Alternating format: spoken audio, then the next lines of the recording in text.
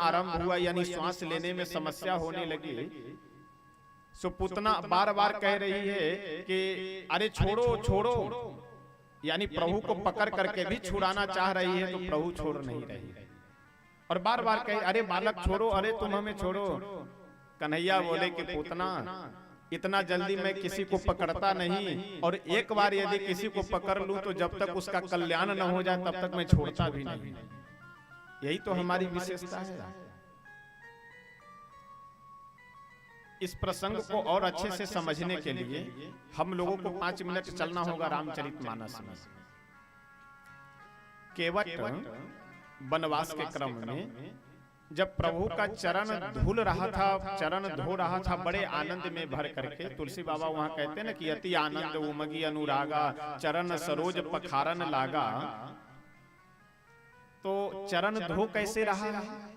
प्रभु का एक बायां पैर नीचे है। अब ध्यान अपने मन में कल्पना करके झांकी को देखिएगा।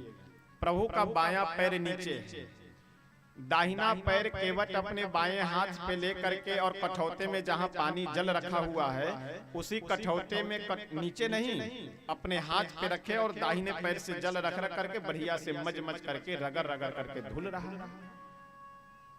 अब किसी आदमी को यदि एक पैर पे खड़े कर दिया जाए, ज्यादा नहीं 5 मिनट, तो शरीर का बैलेंस बिगड़ने लगेगा। अब प्रभु जब इधर उधर होने लगे, शरीर का बैलेंस बिगड़ा। प्रभु बोले कि अरे केवट जल्दी पैर धो, कितने देर लगाओगे धुलने में? केवट बोला कि प्रभु आप नंगे पांव अयोध्या जी से चल करके आ रहे हैं, इसलिए पैर में अधिक धूल लग गए हैं, मिट्टी लग गई हुई है, तो उसे बढ़िया से रगड़ रगड़ करके ही धुलेंगे तभी तो साफ हो पाएगा। प्रभु बोले कि वो बात ठीक है, लेकिन यदि एक पैर से मैं खड़े रहूंगा तो शरीर का बैलेंस बिगड़ रहा है, मैं गिर जाऊंगा। केवट बोला तो प्रभु एक काम कीजिए, आप अपना हाथ मेरे मस्तक पे रख दीजिए।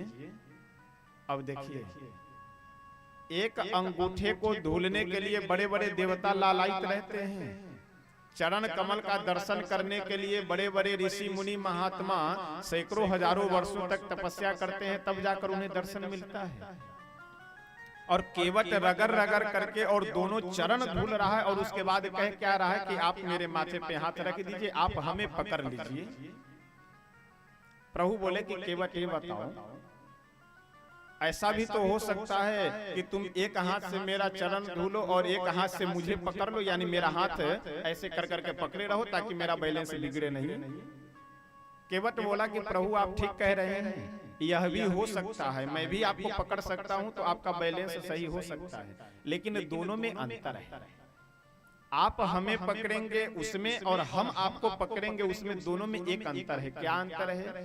केवट बोला कि प्रभु यदि हम आपको पकड़ेंगे तो हम जीव हैं, सामान्य मनुष्य हैं, दुख की घड़ी में, संकट की घड़ी में हम आपको छोड़ सकते हैं, लेकिन यह हमें पक्का विश्वास है कि आप यदि हमें पकड़ लिए तो आप कभी हमें नहीं छोड़ेंगे, इसलिए कृपा करके आप हमें पकड़ लीजिए। जब विश्वामित्र बाबा के साथ प्रभु जा रहे थे जनकपुर, रास्ते में एक आश्रम दिखाई पड़ा। उस आश्रम में कौन थी? अहिल्या जी। गौतम ऋषि का आश्रम दिखाई पड़ा। विश्वामित्र बाबा जैसे देखे कि अब आश्रम नजदीक आ रहा है, वैसे मस्तक झुका करके चलने लगे, क्योंकि उस आश्रम की ओर कोई भी, चाहे सामान्य मनुष्य हो, कोई महात्मा हो, कोई भी नहीं देखते थे। लेकिन भगवान श्री राघवेंद्र सरकार जब उस आश्रम की ओर गए, आश्रम के पास से जब निकलने लगे, तो उस आश्रम की ओर देख करके विश्वामित्र जी से पूछे कि गुरुदेव यह आश्रम कैसा है? और इस आश्रम में जो एक शिला पड़ी हुई है जिसका आकार प्रकार मनुष्य के तरह से दिखाई पड़ रहा है, यह शिला कैसी है? विश्वामित्र जी वहां बहुत सुंदर एक बात श्री राघवेंद्र सरकार से पूछे कि राम जी, इस आश्रम की ओर तो इस रास्ते से आने जाने वाला कोई भी व्यक्ति नहीं देखता है, चाहे वह महात्मा हो, सामान्य मनुष्य हो, राजा, कोई भी व्यक्ति इस रास्ते से जो आ जा रहा है वो इस आश्रम की ओर नहीं देखता है। फिर क्या कारण है कि आप इस आश्रम की ओर देख रहे हैं?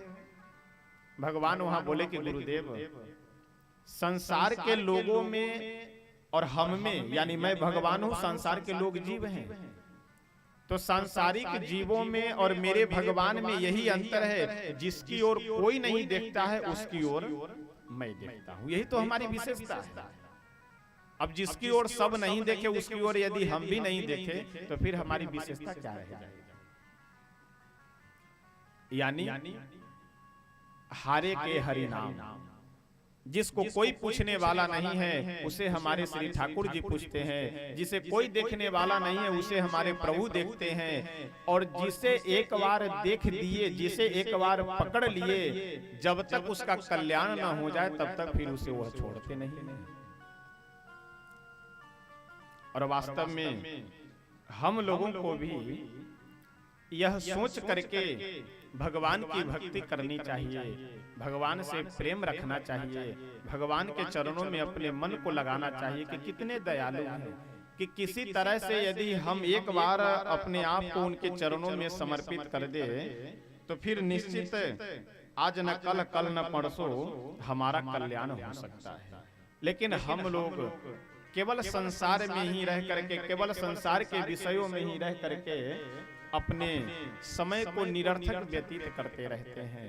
तो इसलिए हम लोग घर परिवार में भी रहें, संसार में भी रहें, लेकिन इन प्रसंगों के माध्यम से हम लोगों को एक शिक्षा यह मिल रही है कि थोड़ा समय निकाल करके प्रभु का भजन, प्रभु की भक्ति अवश्य करनी चाहिए।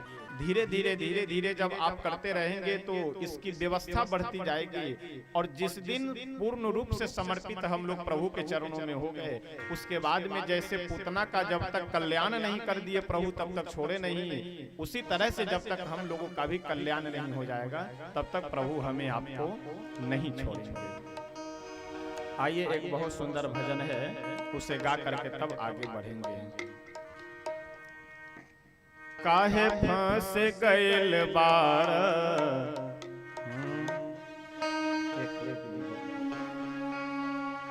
यह भजन हमारी आपकी जो यहाँ की मातृभाषा है उसी से जुड़ा हुआ यह भजन है। तो इसलिए समझने में कोई आसानी नहीं, समझने में बहुत सरल होगा। आप प्रेम से सुने, प्रेम से गाएं।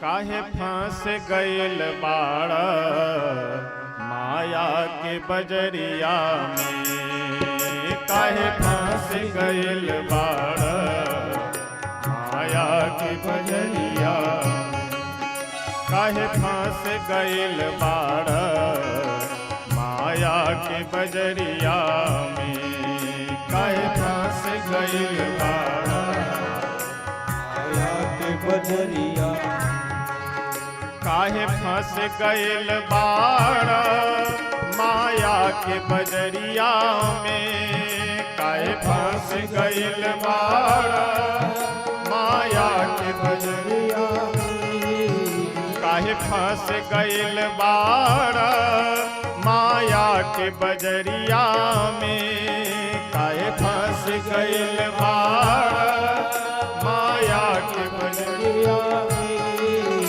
जाए के पड़ी एक दिन, जाए के पड़ी एक दिन घोर अनहरिया में, जाए के पड़ी एक दिन घनघोर अनहरिया में, काहे फंस गइल बाड़ माया की बजरिया में।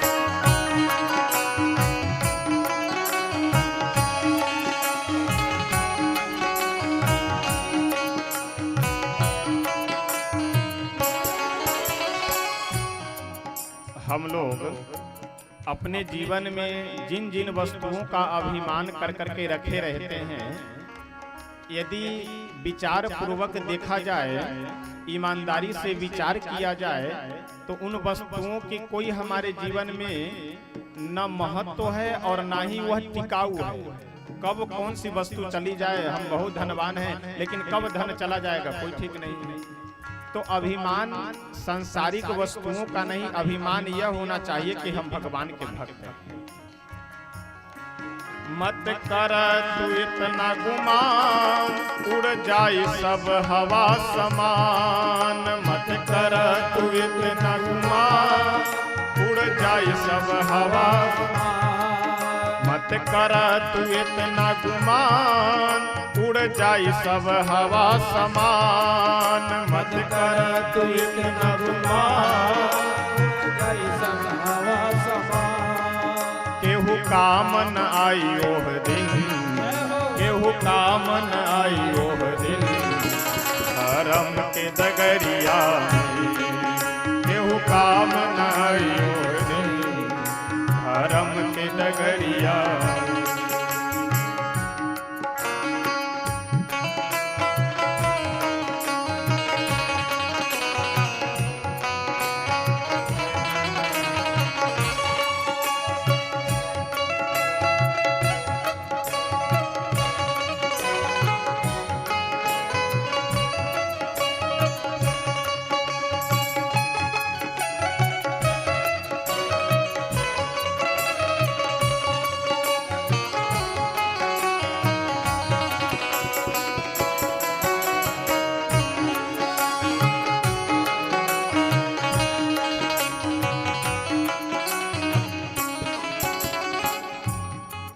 धन बाप बेटा मेहरी, कामे न आई ओ घड़ी। धन बाप बेटा मेहरी, कामे न आई ओ घड़ी।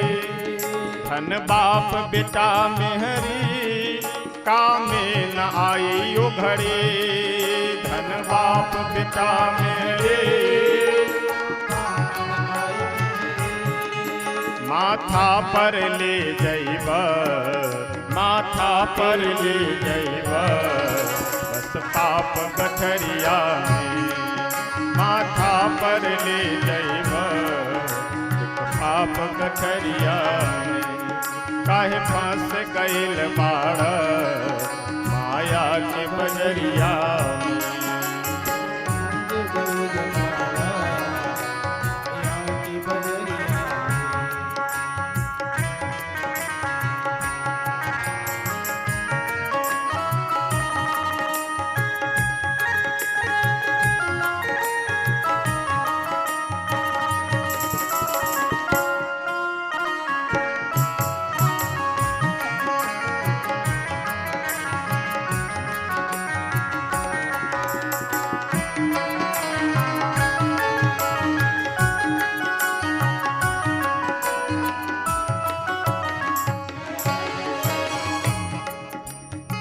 इस संसार में, पूरे ब्रह्मांड में 84 लाख प्रकार की योनियां, यानी 84 लाख तरह के शरीर हैं। उन 84 लाख शरीरों में यह मानव शरीर जो है सबसे श्रेष्ठ और सबसे उत्तम शरीर है। और मानव शरीर हम लोगों को विशेष रूप से इसलिए मिलता है ताकि हम भगवान को प्राप्त कर सकें। मानुष तन के पाके, भजला न हरि के आके। मानुष तन के पाके, भजला न हरि के आके। मानुष तन के पाके, भजला न हरि के आके। मानुष तन के पाके, जाए के पड़ी एक दिन, जाए के पड़ी एक दिन। जगदीश चरनिया में, जाए के पड़ी एक दिन। जगदीश चरनिया में काहे फंस गइल बाड़, माया के बजरिया में। काहे फंस गइल बाड़,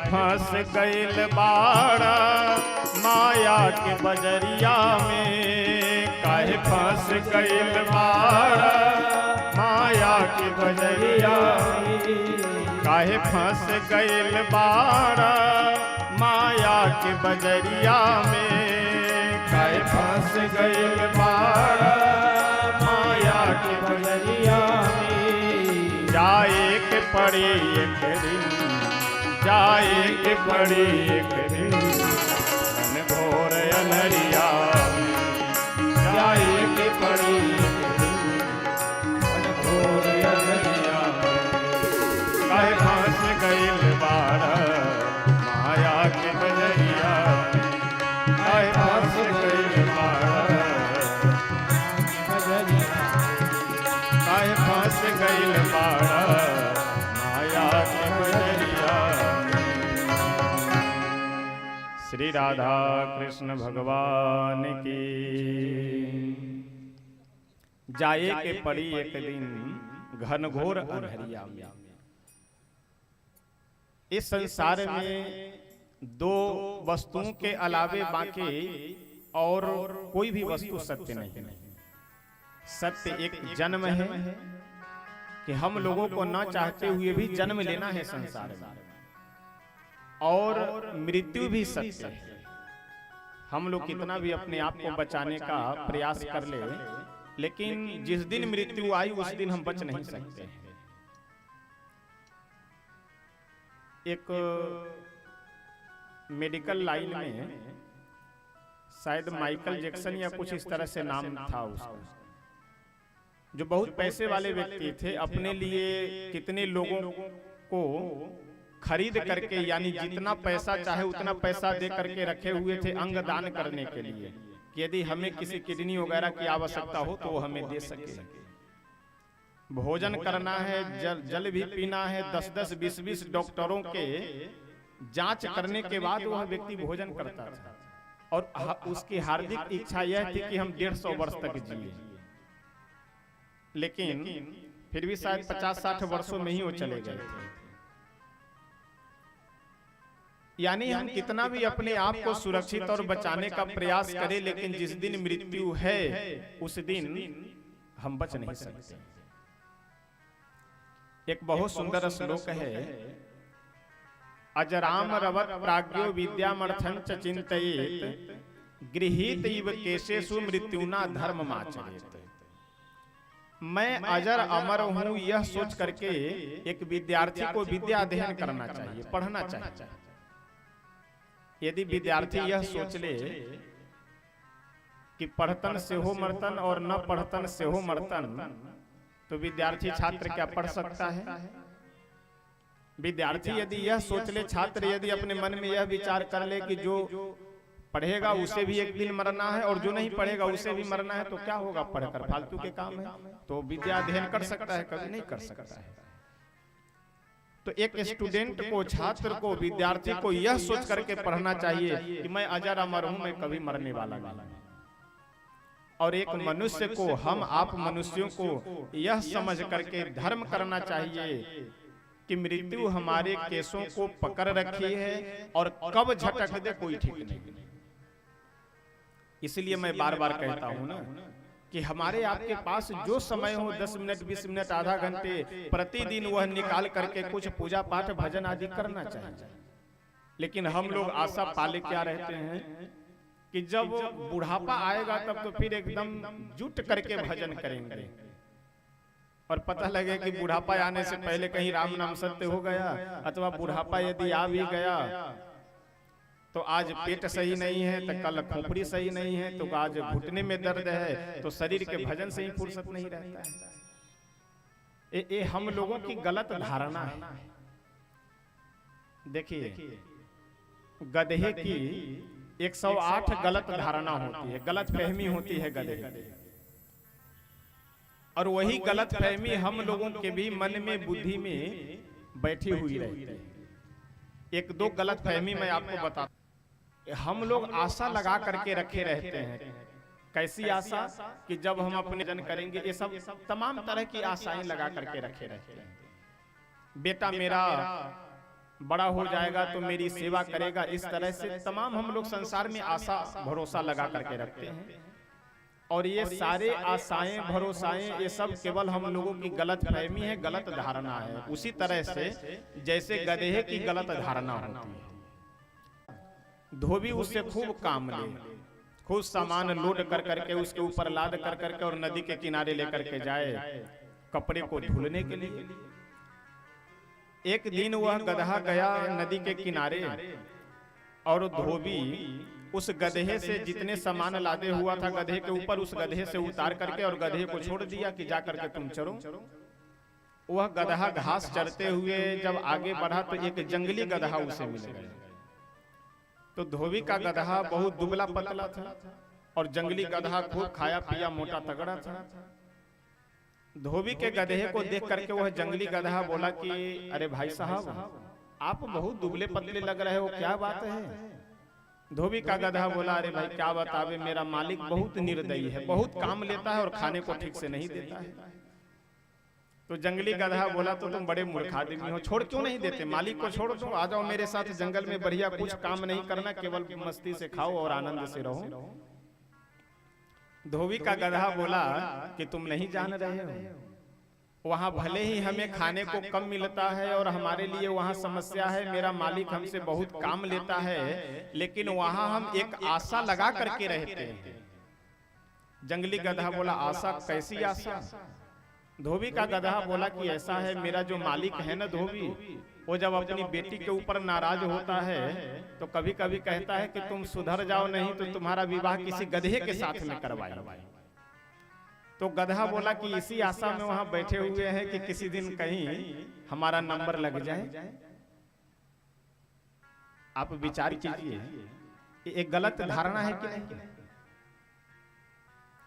सावन भादों के महीने में गधा दुबला हो जाता है, जानते हैं क्यों? गधे को यह लगता है कि सावन भादों के महीने में वर्षा अधिक होती है, चारों तरफ हरियाली रहती है, घासों की अधिकता रहती है। तो गधा यह सोच करके चिंतित हो जाता है कि अरे राम राम, इतना घास हम अकेले कैसे खाएंगे? यह सोच सोच करके वह दुबला हो जाता है। और अभी जो जून जुलाई का महीना आ रहा है, इस समय लगभग जितने भी घास हैं सब सूख जाएंगे। तो जून जुलाई के महीने में जिस समय घासों की बहुत कमी हो जाती है, घास अधिकतर जगहों पे नहीं मिल पाती, उस समय गधा मोटा हो जाता है। क्यों? क्योंकि जून जुलाई के महीने में जब दूर दूर तक गधा देखता है उसे घास नहीं दिखाई पड़ती है, तो गधा यह सोचता है कि देखो हम कितने पहलवान हैं, सब घास खा करके खत्म कर दिए। और सावन भादों के महीना में यह सोच करके वह चिंतित हो जाता है कि अरे राम राम, इतना घास हम अकेले कैसे खाएंगे? अगर इन दोनों बातों को हम लोग अपने जीवन में घटाएं तो पूर्णतः 100% बिल्कुल घटित हो जाएगा। संसार में भी तो हम लोगों की ही विडंबना है। बेटे से आशा लगा करके रखे हैं, पत्नी से रखे हैं, रिश्तेदार से, मित्रों से कि जब विपत्ति आएगी, दुख आएगा तो ये हमारी मदद करेंगे, और पता चला कि विपत्ति दुख आने पर सब टाइम फिस। और गलत धारणा दूसरी हम लोगों की क्या है कि हम लोग अपने मन में यह भ्रम पाले रहते हैं कि हम हैं तो परिवार वाले सब सुखी हैं, और नहीं रहेंगे तो सब भूखों मर जाएंगे। लेकिन ऐसा नहीं है। इस संसार में जो भी जन्म लिया है, जो भी आया है, सब अपने कर्म और प्रारब्ध को लेकर के आता है। न किसी को कोई खिला सकता है, न किसी को कोई दुखी कर सकता है। इस संसार में जो दुख सुख मिल रहा है, ये सब हमारे आपके पूर्व के किए हुए कर्मों का फल है। तो इसलिए हम लोगों के मन में यदि किसी के भी मन में गलत धारणा हो तो उसे छोड़ करके बस यह मान करके रखे कि जो कुछ भी सुख दुख हमारे जीवन में हो रहा है या हमसे किसी को लाभ हानि हो रही है, तो इसमें सब भगवान की कृपा है, मेरी कोई विशेषता नहीं। पुतना भगवान से बोली कि तुम मुझे छोड़ दो। प्रभु बोले कि पुतना मैं इतनी जल्दी किसी को पकड़ता नहीं, और एक बार यदि पकड़ लूं तो जब तक कल्याण न हो जाए तब तक मैं छोड़ता नहीं। पुतना के प्राणों का प्रभु कर्षण कर लेते हैं, खींच लेते हैं। पुतना जैसे ही व्याकुल हुई वैसे तुरंत अपने माया को भूल गई, और जो उसका विकराल शरीर था उस शरीर में प्रकट हो गई। धराम से जमीन पे नीचे गिरी पुतना। भागवतकार कहते हैं कि जब पुतना का शरीर जमीन पे गिरा तो 6 कोस में शरीर उसका फैल गया, इतना विशाल का शरीर था। और इधर क्या 6 कोस का मतलब, एक कोस कहते हैं 3 किलोमीटर को ना, तो 6 दूनी 12 और 6 3 18, यानी 18 किलो क्षेत्र में पूतना का शरीर फैल गया था।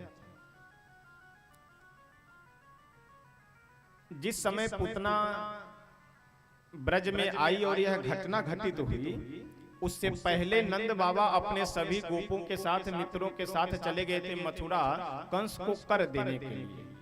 जब वसुदेव जी से नंद जी मिलने के लिए गए, वसुदेव जी बोले कि नंद जी, मेरा ज्योतिष कह रहा है कि ब्रज मंडल में बहुत अनिष्ट होने वाला है, इसलिए आप यहाँ मथुरा में मत रुकिए, तुरंत अपने जाइए गांव, वहां पहुंचे, क्योंकि हो सकता है वहां कोई दुर्घटना घटित तो हो जाए।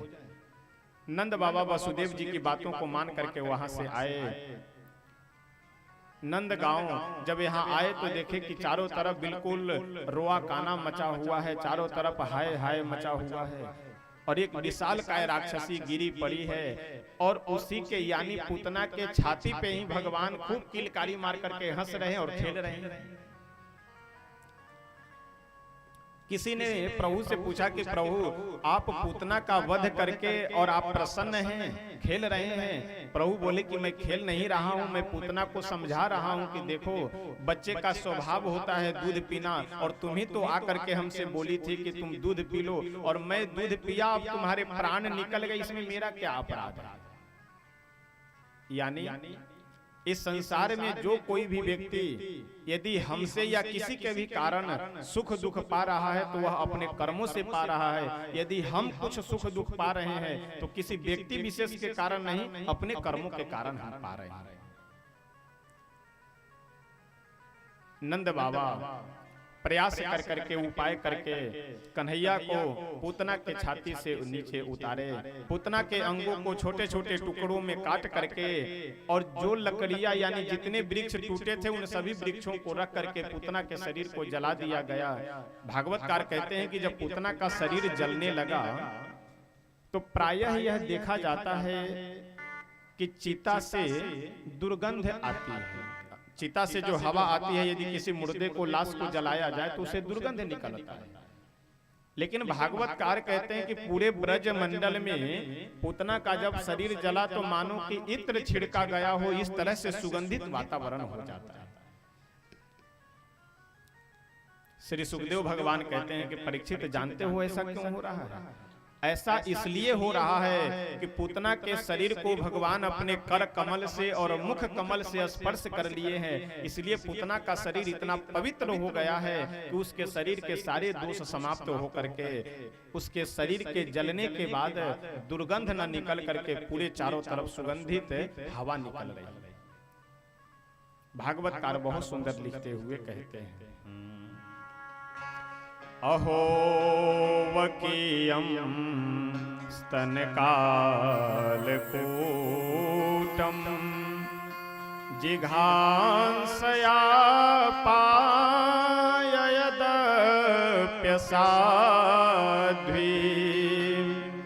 लेभे गतिं धात्र्युचितां ततोऽन्यम् कम वा दयालुं शरणं व्रजेम, कम वा दयालुं शरणं व्रजेम। भागवतकार कहते हैं कि अहो, अहो संस्कृत का शब्द है। अहो का अर्थ होता है कि आश्चर्य है। आश्चर्य है जो गति, जो पद आगे चल करके देवकी जी और यशोदा जी को मिलने वाला है, जो पद, वह पद भगवान पूतना को इसी समय दे रहे हैं। किसी ने आकर के प्रभु से पूछा कि प्रभु आप यह बताइए कि पूतना तो आपको मारने के लिए आई थी, तो जब वह मारने के लिए आई थी तो उसे अपने माता का पद क्यों दे रहे हैं? भगवान बोले कि देखो ऐसा है, वह मारने के लिए आई थी कि जिलाने के लिए आई थी, इससे हमें कोई मतलब नहीं है। हमें मतलब यह है कि पूतना जो काम की है, पूतना का काम माँ का काम है, यानी दूध पान कराना, बच्चे को दूध पिलाना, ये किसका काम है? माँ का ही तो काम है। तो इसलिए प्रभु बोले कि ऐसा है, पूतना मारने के लिए कि जिलाने के लिए इससे हमें कोई लेना देना नहीं है। हमें लेना देना तो केवल इससे है कि पूतना जो काम कर रही है वह काम एक माँ का है, तो माँ का काम की है तो पद भी उसे माँ का मिलना चाहिए। अहो वकीयम स्तन कालकूटम जिघांसया पाययदप्य साध्वीम लेभे गतिम धातृचिताम ततोन्यम कम वा दयालुम शरणम ब्रजेमा। ऐसे भगवान और कौन हो सकते हैं कि जिनके शरण में जाया जाए, जिनकी भक्ति की जाए। तो इसलिए हम लोगों को भी सब छोड़ करके, इधर उधर की सारी बातों को छोड़ करके भगवान का भजन करना चाहिए। और यहाँ 2 मिनट रुक करके मैं एक बात निवेदन करना चाहूंगा कि आज हमारे समाज में तमाम तरह के गुरु लोग पैदा हो रहे हैं और तमाम अपने अपने पंथ परंपराओं का निर्माण भी करते हैं। मैं नाम नहीं लेना चाहूंगा, लेकिन इशारे से आप लोग समझ लीजिए। जिसे जो मन में आ जाता है वह परंपरा बना लिया, जिसे जो मन में आ गया वह पूजा पद्धति बना लिया, जिसे मन में आ गया वह भगवान बन करके बैठ गया, जिसे मन में आया वह गुरु बन करके बैठ गया। जब हमारे पास श्री रामचरितमानस जैसे ग्रंथ है, श्रीमद् भागवत महापुराण जैसे ग्रंथ हैं, हनुमान जी हैं, शंकर भगवान हैं, राधा कृष्ण भगवान है, श्री सीताराम जी है, इतने सब के होने के बाद भी यदि हम लोग इधर उधर भटके तो हम लोगों से ज्यादा बुद्धिहीन और अविवेकी कौन हो सकता है। आज समाज में समस्या क्या है, अब थोड़े मैं खुल करके बताना चाहता हूं, नाम बिना लिए आप लोग समझ नहीं पाएंगे ठीक से। जैसे हमारे समाज में बहुत से ऐसे पंथ परंपरा वाले हैं, जैसे निरंकारी वाले हो गए, या ब्रह्मा कुमारी हैं, या और भी ऐसे ऐसे लोग हैं। जो व्यक्ति इन परंपराओं में जाकर के जुड़ जाते हैं, उन्हें श्री सीताराम जी हो, चाहे राधा कृष्ण भगवान हो, चाहे ये सब इन लोगों को ऐसे फालतू लगने लगते हैं। ये सब किसी काम के नहीं है। इनके पूर्वज बाप दादा ये सब भगवान का नाम जपते चले आए हैं, सीताराम जब वो सब बेवकूफ थे, लेकिन आज ये पैदा होकर के जाकर के किसी ऐसे दिग्भ्रमित लोगों के पंथ में मिल गए तो ये बड़े बुद्धिमान हो गए। एक बात मैं निवेदन करना चाहूंगा, जैसे मान लीजिए गांव में या कहीं पे भी आप हमको अच्छे लग रहे हैं, ठीक ठीक, तो आप अच्छे लग रहे हैं इसका मतलब ये नहीं कि गांव के अन्य लोगों को हम खराब कहने लगे। यानी किसी गांव में यदि कोई व्यक्ति आपका मित्र हो, व्यवहारिक हो, वह व्यक्ति अच्छा लग रहा हो, तो इसका मतलब यह नहीं है कि उसके अलावे गांव में जितने लोग हैं उनको आप खराब कहिए। जो आपको अच्छे लग रहे हैं उन्हें आप अच्छा कहिए। आजकल होता क्या है कि कोई व्यक्ति मान लीजिए ब्रह्मा कुमारी में जाकर के जुड़ गया, तो उसके अलावे जितने पंथ परंपरा वाले हैं, जितने लोग हैं, सबकी वो निंदा करना प्रारंभ कर देगा। कोई व्यक्ति आज एक कौन चर्चा चली है, शिव चर्चा, उसमें कोई व्यक्ति जाकर के अगर जुड़ गया, मिल गया, तो उसके अलावे जितने भी व्यवस्थाएं हैं, जितनी पूजा पद्धति है, सबको वह खराब कहने लगता है। और एक बात का ध्यान रखिएगा कि यदि आप किसी दूसरे के ऊपर कीचड़ उछाल रहे हैं तो आप अपेक्षा मत रखिए कि आप स्वच्छ रहेंगे, आपके ऊपर भी कीचड़ पड़ेगा। सीधी सी बात है, यदि हम आपको गाली दें तो क्या आप हमें प्रणाम करके बोलेंगे कि नहीं नहीं भाई साहब आप बहुत बढ़िया किए, 2-4 गाली और दे दीजिए, यह बोलेंगे क्या? यदि आप किसी का अपमान करेंगे तो स्वयं सम्मान की इच्छा कैसे रख सकते हैं? तो इसलिए मैं बहुत विनम्रता से निवेदन करूंगा कि यदि आपको किन्हीं का विचार अच्छा लग रहा हो तो आपका विचार आपको मुबारक, अच्छी बात है, लगे, लेकिन इसका मतलब ये नहीं कि आप हमारे राम जी को खराब कहना प्रारंभ कर दीजिए और हमारे श्री राधा कृष्ण भगवान को खराब कहना, ये आपको अधिकार नहीं।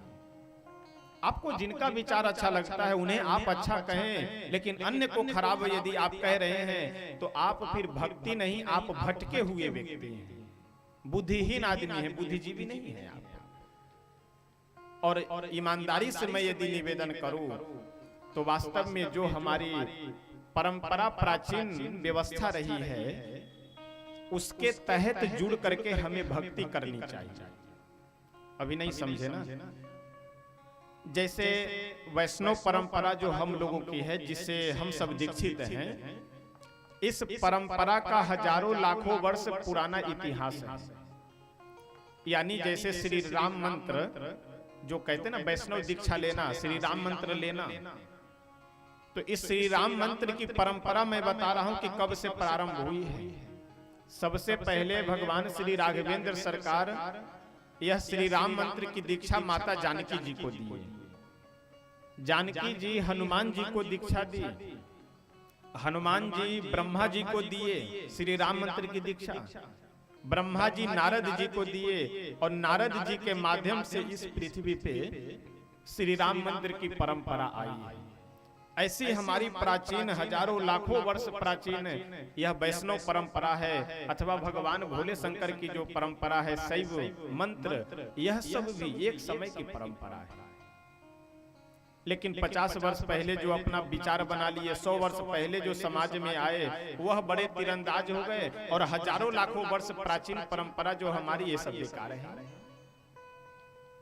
आज से 600 वर्ष पहले जगत गुरु रामानंदाचार्य भगवान हुए हैं, जिनके शिष्य श्री कबीरदास जी थे, श्री रविदास जी महाराज जिनके शिष्य थे, कि आज हमारे आपके सामने जो कुछ धर्म बचा हुआ है, जो हम लोग बैठ करके कुछ कथा प्रवचन सुन रहे हैं, ये सब उन्हीं का दिया है। तो इसलिए मैं निवेदन, इन सभी बातों का सारांश यही निवेदन करना चाहूंगा कि जब ऐसी प्राचीन परंपरा हमारे पास है, तो आजकल नए नए पंथ परंपरा वालों में जाकर के मिलने की हमें आवश्यकता नहीं है। बढ़िया आप श्री भागवत जी से जुड़ करके रहिए, श्री रामचरितमानस से जुड़ करके रहिए, और भगवान की भक्ति कीजिए, किसी व्यक्ति विशेष की भक्ति नहीं। यही निवेदन मैं करना चाहूंगा।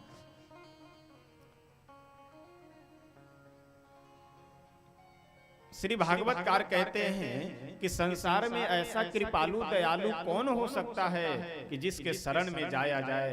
वास्तव में भगवान की बहुत बड़ी कृपा है। और इसके बाद जितने भी ब्रजवासी थे, वे सभी कन्हैया को गोमूत्र आदि से स्नान करा करके और मोर के पंख से झाड़ा लगाते हैं, ताकि इनके ऊपर यदि नजर लग गया हो, राक्षसी के शरीर से स्पर्श हो गया है, तो सब नजर वगैरह समाप्त हो जाए, कुछ दोष लगे हुए हों वो भी समाप्त हो जाए। अच्छा, ब्रज मंडल में इतना आनंद मचा हुआ है, और हमारे भोले बाबा अपने आराध्य श्री कन्हैया का दर्शन करने ना आवे, ऐसा कैसे हो सकता है।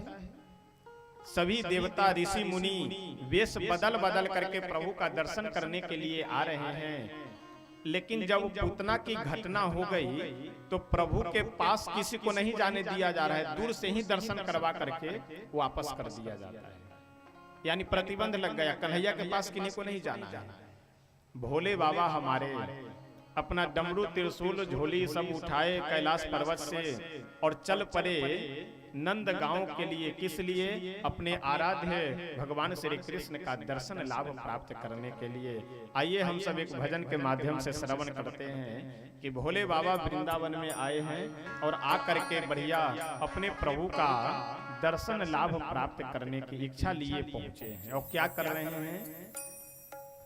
आज गोकुल की गलियों में घूमे जोगी मतवाला, आज गोकुल की गलियों में घूमे जोगी मतवाला, आज गोकुल की गलियों में घूमे जोगी मतवाला,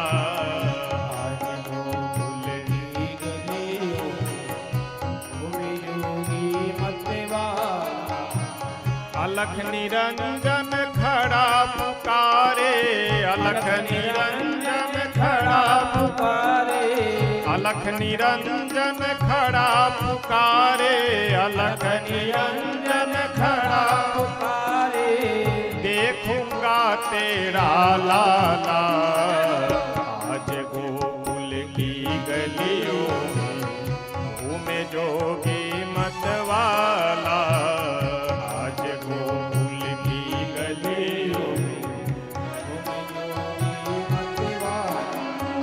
ओम नमः शिवाय, बोलो ओम नमः शिवाय।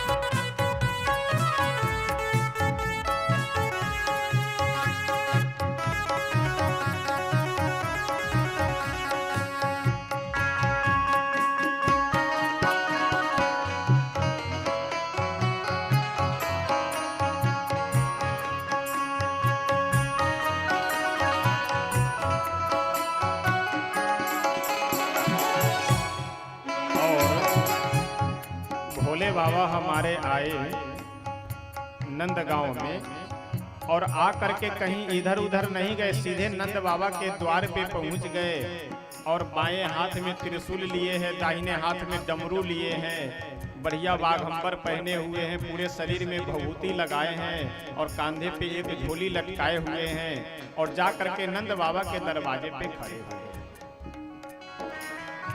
संत बहुत सुंदर लिखते हुए कह रहे हैं, छमक क्षमा छम नाचे जोगे कृष्ण दरस मन में लिए, छमक क्षमा छम नाचे जोगे कृष्ण दरस मन में लिए, छमक क्षमा छम नाचे जोगी कृष्ण दरस मन में लिए, छमक क्षमा छम नाचे जोगे दरस मन में लिए, पग में घुंघरू छम छम बाजे, पग में घुंघरू छम छम बाजे, पग में घुंघरू छम छम बाजे, पग में घुंघरू छम छम बाजे, कर में जपते हैं माला, आज गोकुल की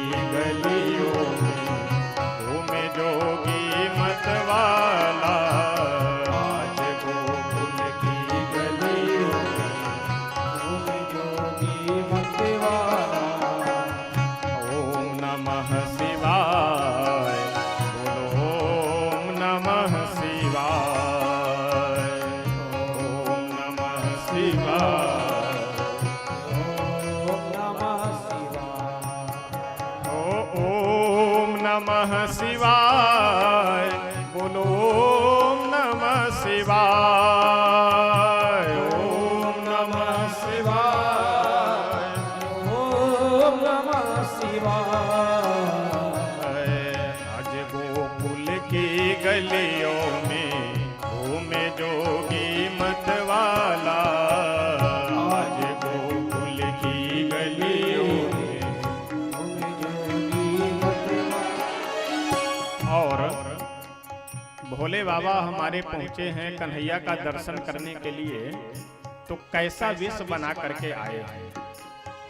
अंग विभूति रमाए जोगे बाघंबर कटि में सोहे, अंग विभूति रमाए जोगे बाघंबर कटि में सोहे, अंग विभूति रमाए जोगे बाघंबर कटि में सोहे, अंग विभूति रमाए जोगे बाघंबर कटि में सोहे, जटा मुकुट में गंग विराजे, जटा मुकुट में गंग विराजे, जटा मुकुट में गंग विराजे, जटा मुकुट में गंग विराजे, भक्त जनों के रखवाला, आज गोकुल की गलियों में घूमे जोगी मतवाला,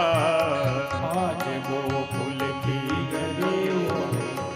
घूमे जोगी मतवाला।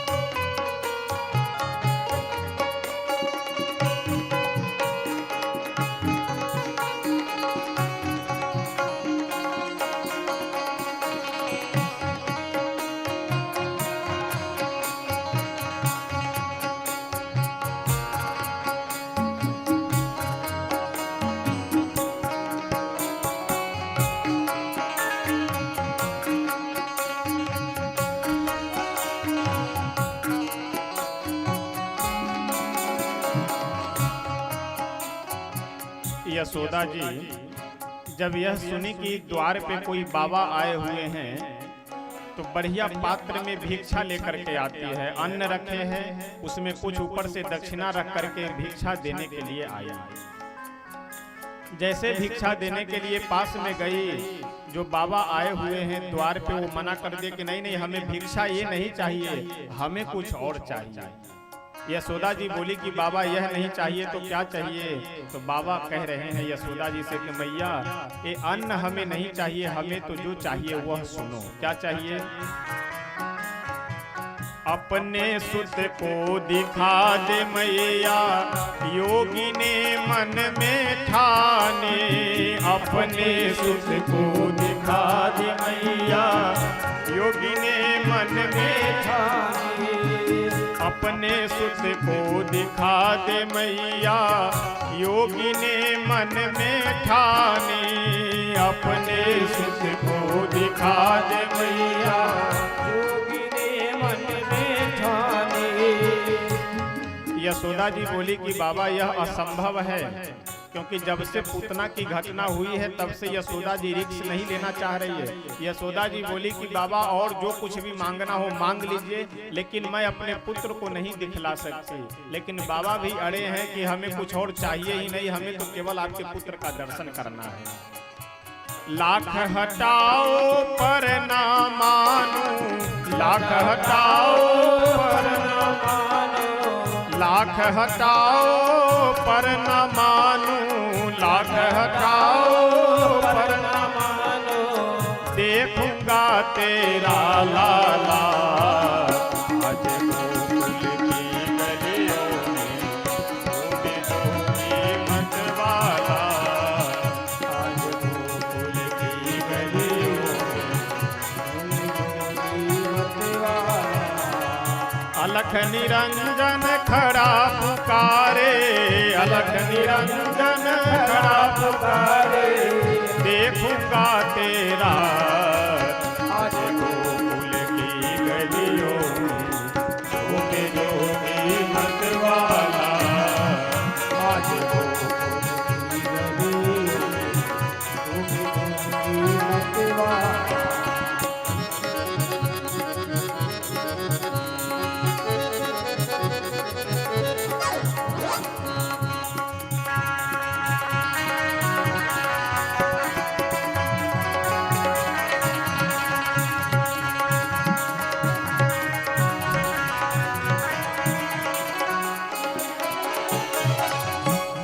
अंत में यशोदा मैया बोली कि बाबा यदि आपकी इच्छा है दर्शन करने की तो मैं दर्शन तो करवा दूंगी, लेकिन नजदीक से नहीं दूर से। भोले बाबा देखे कि यदि ज्यादा जिद करेंगे तो दूर से भी दर्शन नहीं मिल पाएगा, तो इसलिए दूर से ही दर्शन करके कम से कम संतुष्ट हो लिया जाए। बाबा बोले कोई बात नहीं मैया, चाहे नजदीक से या दूर से कैसे भी एक बार अपने लाला का दर्शन करवा दो, बस उसी लिए हम आए हैं, बाकी और कुछ हमें भिक्षा में नहीं चाहिए। यशोदा जब द्वार पे आई, अपने सुत को गोद लिए। यशोदा जब द्वार पे आई, अपने सुत को गोद लिए। अति विभोर हो शिव योगी ने, बाल रूप के दर्श किए। अति विभोर हो शिव योगी ने, बाल रूप के दर्श किए। चले सुमिरते कृष्ण नाम को, चले सुमिरते कृष्ण नाम को। कैलाशी काशी वाला,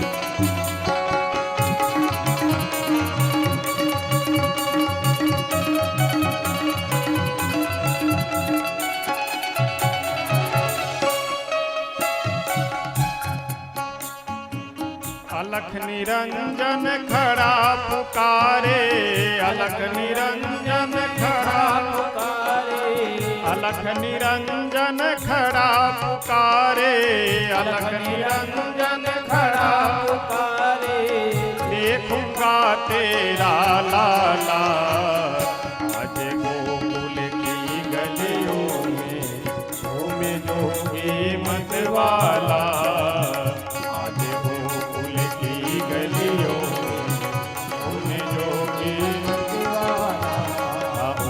ओम नमः शिवाय, ओम नमः शिवाय, ओम नमः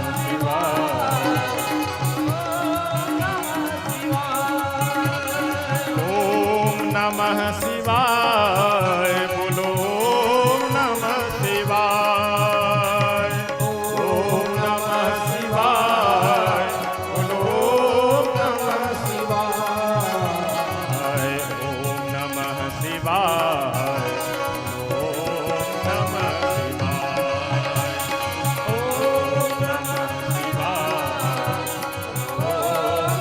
शिवाय, ओम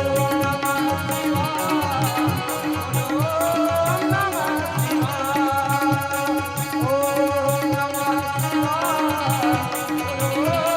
नमः श्री वृंदावन धाम की, श्री शंकर भगवान की। जैसे ही यशोदा जी अपने गोद में अपने लाला को ला करके दर्शन करवाई, वैसे तुरंत भोले बाबा जब दूर से ही दर्शन करके प्रसन्न हुए और चले सुमिरते कृष्ण नाम को, कैलाशी का आनंद में विभोर होकर के बढ़िया नृत्य करते हुए डमरू बजाते भोले बाबा वहां से चल पड़े। वृंदावन में बहुत ही सुंदर नंदगांव में आनंद उत्सव हो रहा है। समय समय से कई राक्षस सब आ रहे हैं और जा रहे हैं।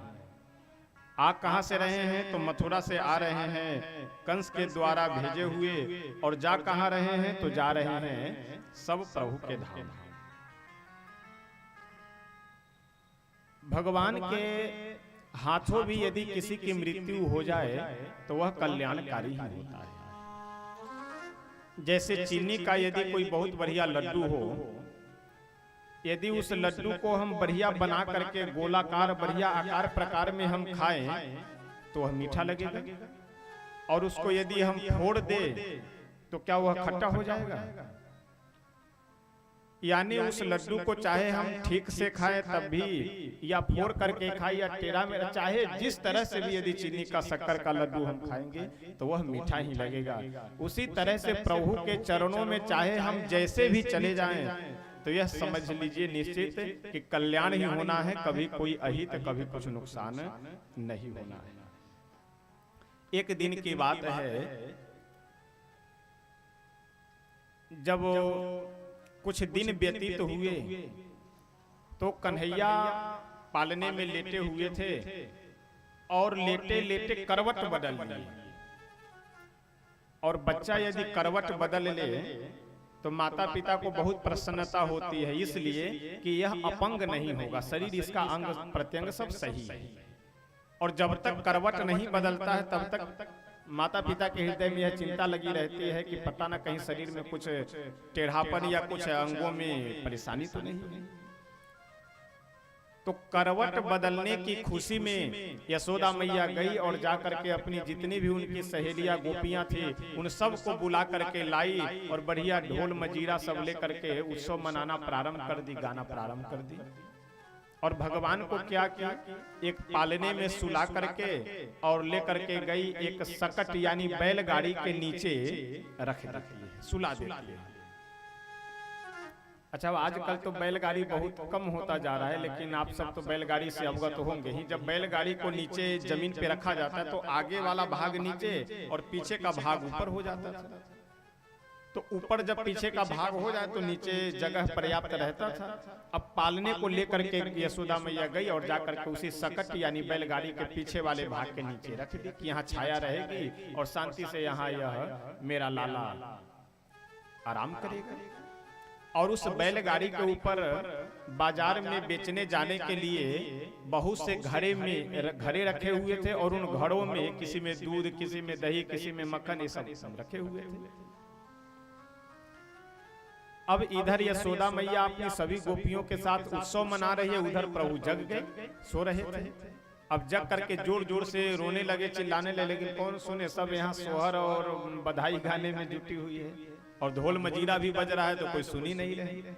भगवान भी सोचे कि वाह, हमारे ही करवट बदलने की खुशी में सब उत्सव मना रही है और हम ही को कोई पूछने वाला नहीं है। अब किए क्या कि पालने में लेटे लेटे अपने पैर को बढ़ा करके धीरे से हल्का एक पैर, एक लात मारे सकट में बैलगाड़ी में। सो बैलगाड़ी कम से कम 1000 मीटर ऊपर गया और ऊपर से नीचे गिरा, और धराम से जितने घड़े रखे थे सब फूट गया। बैलगाड़ी का भी पहिया और जितने भी लकड़ी आदि थे सब इधर उधर छिन्न भिन्न हो गए। अब यह दृश्य जैसे ही यशोदा जी देखी कि वो बैलगाड़ी ऊपर, और तुरंत बचाने के लिए दौड़ी, लेकिन पालने के चारों तरफ कहीं लकड़ी गिरी हुई है बैलगाड़ी से टूट करके, कहीं पहिया गिरा हुआ है, कहीं घड़ा, यानी पालने के आसपास घड़े आदि गिरे हुए हैं, लेकिन पालने में एक भी बूंद न दूध घी कुछ भी नहीं आया, और अन्य वस्तुओं की तो बात छोड़िए। यशोदा मैया अपने गोद में उठाई और भगवान की बहुत बहुत धन्यवाद देने लगी कि प्रभु, सब आपकी कृपा से मेरे लाला का समय समय से रक्षा होती जा रही है, नहीं तो ऐसे ऐसे विषम परिस्थितियां आ रही है कि इसमें तो मेरे बच्चे की रक्षा हो पाना बहुत संभव है। वास्तव में देखिए, भगवान अपने भक्तों के भाव को रखने के लिए, भक्तों की इच्छा को रखने के लिए कौन कौन सी लीलाएं नहीं करते हैं। एक दिन यशोदा मैया अपने गोद में रख करके अपने कन्हैया को, अपने लाला को दूध पिला रही थी। अब इतने में प्रभु के शरीर का वजन वो बहुत बढ़ गया। प्रभु लीला करने के लिए अपने वजन को बढ़ा लिए, लेकिन यशोदा मैया देखे कि अब मेरा लाला बहुत भारी लग रहा है, क्या बात है। यद्यपि भगवान अपना वजन इसलिए बढ़ा रहे ताकि मैया हमें नीचे रख दे, क्योंकि एक राक्षस आने वाला है, प्रलंबासुर। एक तृणावर्त नाम का, देखिए बहुत से राक्षस अभी आएंगे, अघासुर, बकासुर, सक्कासुर, प्रलंबासुर, ये सब जितने राक्षस आएंगे और ये सब जाएंगे, आएंगे मथुरा से और जाएंगे सब भगवान के धाम। इनकी कहानी बहुत विस्तार से कोई सुनने की, कहने की आवश्यकता नहीं है। ये सब कोई अच्छे नेक काम करने वाले थोड़े है। इन सब का काम ही है जीवन भर परेशान करना, दूसरों को मारना मरना। तो आए गए सब कोई स्वतंत्रता संग्राम सेनानी थोड़ी है कि इनकी जयंती मनाई जाएगी, तो इसलिए आए और सब गए। तृणावर्त नाम का एक राक्षस आने वाला है, उसको वध करने के लिए प्रभु यह लीला करना चाह रहे हैं कि मैया हमें नीचे रख दे। यशोदा मैया जब देखी कि मेरा लाला भारी होने लगा, तो अपने मन में विचार की कि ओहो, लगता है कि दूध ज्यादा मैं पिलाती हूँ इसीलिए इसका वजन बढ़ गया है। और यह सोच करके गई, जा करके बढ़िया पालने में रख करके सुला दी और स्वयं घर के काम में बच गई। अब इधर यशोदा जी घर के काम में लगी, उधर तृणावर्त बवंडर का रूप, जैसे कभी कभी अब इधर गर्मी के समय में अधिकतर आपको दिखाई पड़ेगा। जब आंधी चलेगी तो आंधी में आप कभी देखेंगे एक जगह हवा बहुत से खरपतवार, धूल आदि को लेकर के बवंडर घुमा करता है। उस बवंडर के रूप में तृणावर्त आया और जिस जगह प्रभु लेटे हुए थे वहां पे आया, और तृणावर्त उसी बवंडर के बीच में प्रभु को उठा करके वहां से भाग जाने के फिराक में था। लेकिन जैसे तृणावर्त प्रभु को अपने गोद में उठाया, सो प्रभु अपने वजन को इतना बढ़ाने लगे, इतना बढ़ाने, छोटे से बालक लेकिन वजन इतना हो गया कि तृणावर्त नहीं उठा पा रहा था। और जैसे तृणावर्त उनके वजन से दबने लगा, सो प्रभु भी उसका गर्दन अपने छोटे छोटे हाथों से पकड़ लिए और दबा करके राम नाम सत्य कर देते हैं। इस तरह से भागवतकार वर्णन करते हुए कहते हैं कि तृणावर्त नाम के राक्षस का भी वध हो गया। धीरे धीरे समय व्यतीत होता जाता है, नामकरण का समय आ गया। वसुदेव जी के द्वारा प्रेरित होकर के यदुकुल के जो पुरोहित हैं श्री गर्गाचार्य जी महाराज, वह गर्गाचार्य जी आए नंद गांव में एक वृक्ष के नीचे बैठे हुए थे। जब नंद बाबा को यह सूचना मिली कि गर्गाचार्य जी आए हैं, जाकर प्रणाम किए और बोले कि गुरुदेव जब आप आ ही गए हैं तो कम से कम मेरे पुत्र का नामकरण कर दीजिए। गर्गाचार्य जी बोले कि देखो नंद, मैं यदुवंशियों का पुरोहित हूँ, यदि मैं तुम्हारे पुत्र का नामकरण करूंगा तो कंस यह समझ जाएगा कि नंद बाबा के घर में जो उनका लाला है वो कोई और नहीं, वह यदुवंश का ही है, तो इसलिए वह कंस हाथ धो करके पीछे पड़ सकता है। अतः यदि नामकरण करवाना चाहते हो तो एक काम करो, काम यह करो कि ऐसी जगह पे व्यवस्था करो जहां हमारे, तुम्हारे और यशोदा रोहिणी के अलावे कोई न हो। नंद बाबा बोले ठीक है, कोई नहीं जानेंगे, ऐसी जगह व्यवस्था की जाएगी। गौशाला में व्यवस्था की गई। नंद बाबा अपनी दोनों रानियों से, यशोदा जी से और रोहिणी जी से बोल दिए कि अपने अपने लाला को लेकर के गौशाला में आओ, क्योंकि अपने पुत्र का नामकरण संस्कार करवाना है। भागवतकार बहुत सुंदर कहते हैं कि रोहिणी जी और यशोदा जी जब अपने अपने लाला को लेकर के जाने लगी नामकरण करवाने के लिए, तो दोनों यह परीक्षा लेने के लिए कि पंडित जी जानकार हैं कि नहीं, गुरु जी जानकार हैं कि नहीं, अपने अपने पुत्र को अदला बदली कर लिया। यानी रोहिणी जी अपने पुत्र को यशोदा जी को दे दी और यशोदा जी अपने पुत्र को रोहिणी जी को दे दी। यह परीक्षा लेने के लिए कि अगर जानकार होंगे तो पहचान जाएंगे, नहीं जानकार होंगे तो नहीं पहचान पाएंगे। जाकर के दोनों महारानियां गर्गाचार्य जी के सामने बैठ गई अपने अपने पुत्र को लेकर के, और रोहिणी जी की ओर पहले गर्गाचार्य जी न देख करके यशोदा जी की ओर देखते हुए बोले कि अयम ही रोहिणी पुत्रो, कि हे यशोदा रानी, तुम्हारे गोद में जो बालक है ये तुम्हारे पुत्र नहीं है, तुम्हारे लाला नहीं है, तो रोहिणी के पुत्र हैं। लेकिन चलो कोई बात नहीं, अयम ही रोहिणी पुत्रो, ये रोहिणी जी के पुत्र हैं, लेकिन ये बहुत ही भयंकर बलवान होंगे, तो इसलिए इनका नाम बल होगा।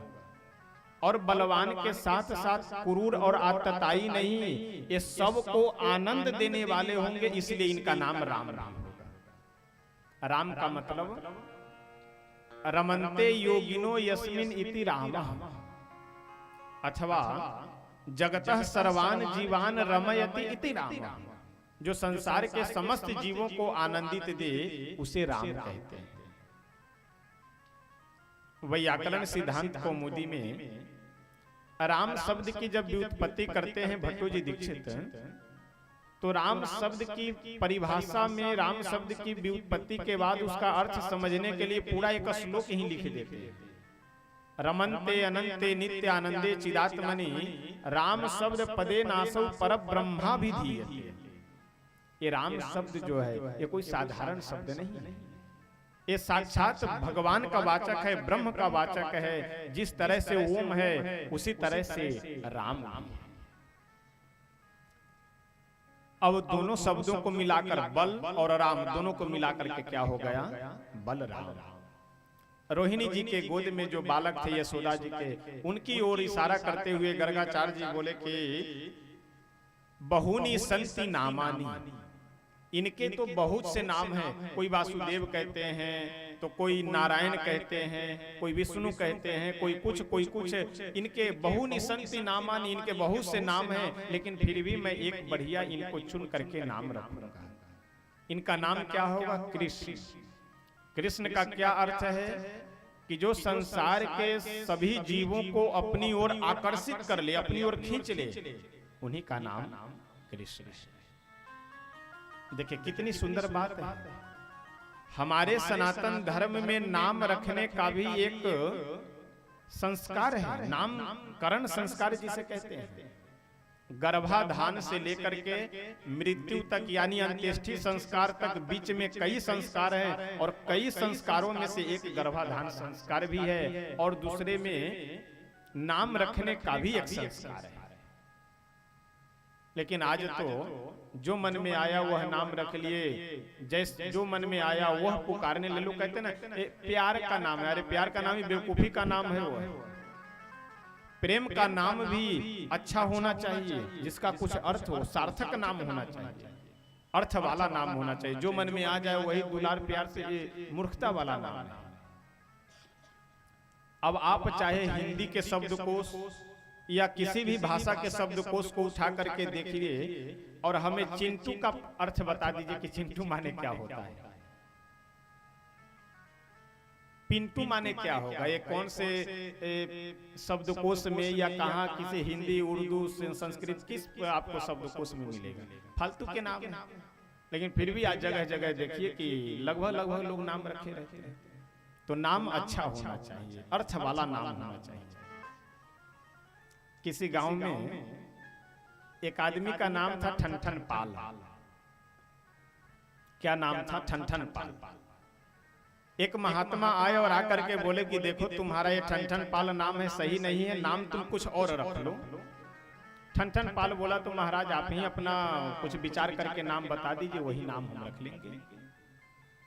महात्मा जी बोले कि ऐसा करो, हम नहीं नाम बताएंगे, सुबह अपने घर से तुम निकल करके जाना रास्ते से, रास्ते में जो भी लोग मिले उनसे नाम पूछते जाना और जो नाम तुम्हें अर्थ वाला लगे वही नाम रख लेना, कि नाम भी वही हो और उसका काम भी वही हो। ठनठन पाल सुबह में अपने घर से निकला तो सबसे पहले जब रास्ते पे बढ़ा तो एक आदमी वो कड़ी बना रहा था, कंडा, गोबर के उपले बना रहा था। तो कंडा बनाते हुए उस मनुष्य से, पुरुष से जाकर के ठनठन पाल पूछा कि भाई साहब आपका नाम क्या है? तो जो कंडा बना रहा था वह व्यक्ति बोला कि मेरा नाम है लक्ष्मी पाल। और ठनठन पाल अपने मन में विचार किया कि बताओ इसका नाम है लक्ष्मी पाल और काम कर रहा है कंडा बनाने का, ये नाम ठीक नहीं है, चलो दूसरा नाम देखते हैं। वहां से जब आगे बढ़ा तो एक जगह एक व्यक्ति भीख मांग रहा था। उस भिखारी से जाकर के पूछा कि भाई साहब आपका नाम क्या है? वह भिखारी बोला कि हमारा नाम है धनपाल। ठनठन पाल बोला कि बताओ वहाँ लक्ष्मी पाल वो कंडा बना रहा था, यहाँ ये धनपाल भीख मांग रहा है, ये दोनों नाम ठीक नहीं है, चलो कुछ दूसरा नाम देखते हैं।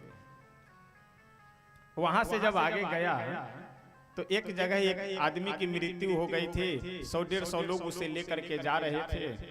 ठनठन पाल गया, जाकर के पूछा कि भाई साहब ये जो व्यक्ति मर गए हैं, जिनकी मृत्यु हो गई है, इनका नाम क्या था? तो वह आदमी बोला कि ऐसा है, जिनकी मृत्यु हो गई है इनका नाम था अमरपाल।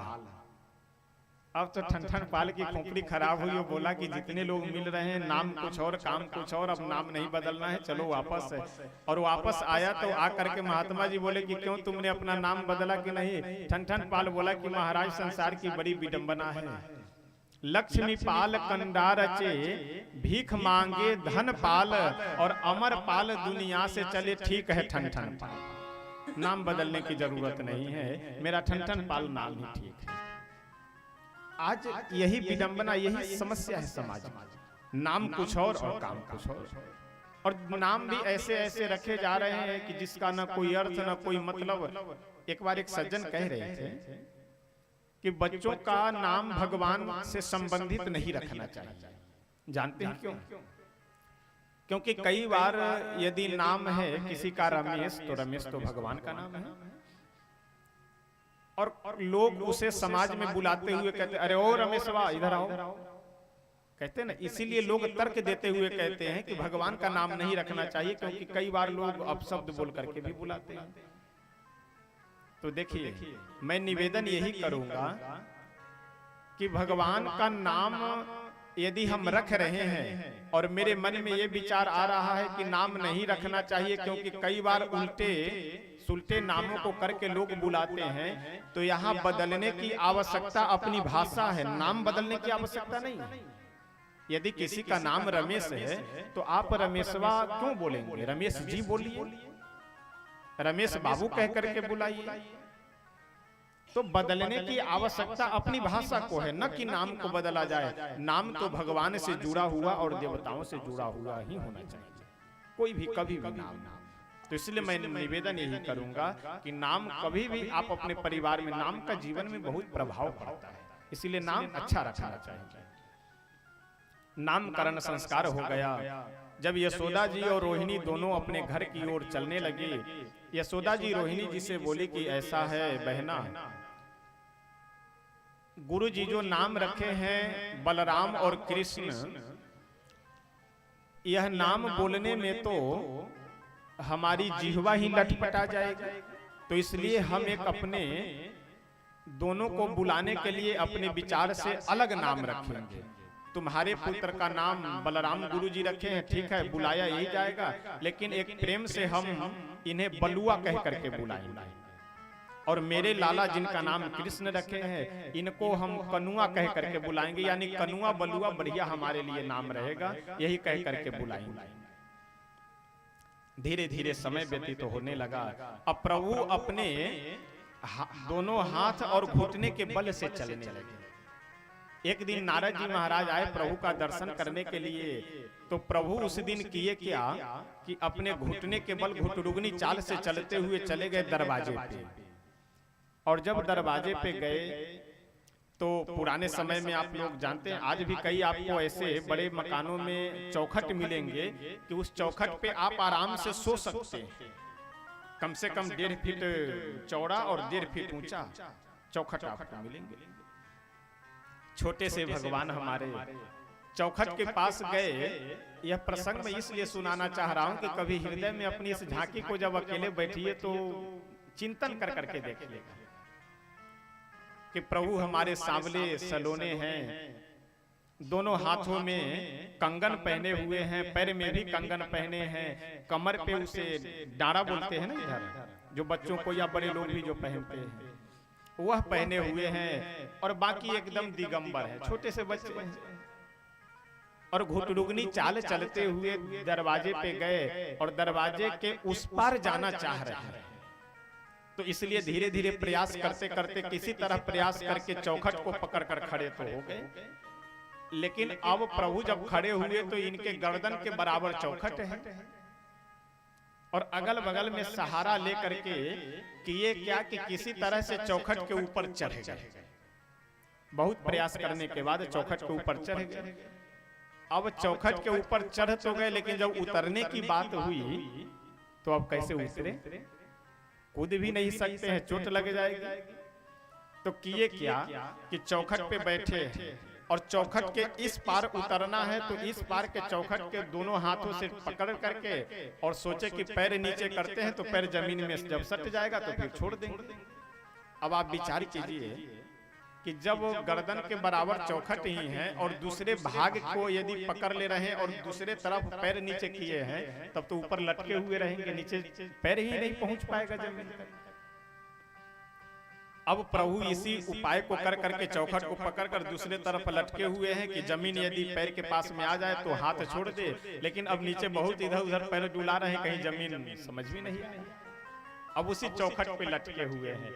जैसे नारद जी पहुंचे यही दृश्य उनको दिखाई पड़ गया, और नारद जी यह दृश्य देख करके तो धन्य हो गए और बोले कि वाह प्रभु जय हो, पूरे संसार को लटकाने वाले अपने माया में, पूरे संसार को अपनी माया में अटकाने वाले आज भगवान स्वयं एक भक्त के चौखट पे अटके और लटके पड़े हैं। क्या भगवान की विशेषता है, क्या महिमा है।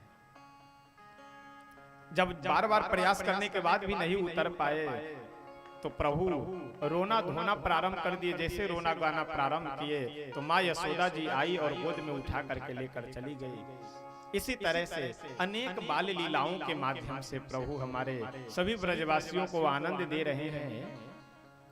एक दिन यशोदा मैया कहीं गई थी बाहर किसी काम से। जब काम को कर करके लौटी तो जैसे कन्हैया देखे अपनी माँ को वैसे मैया बोल दी।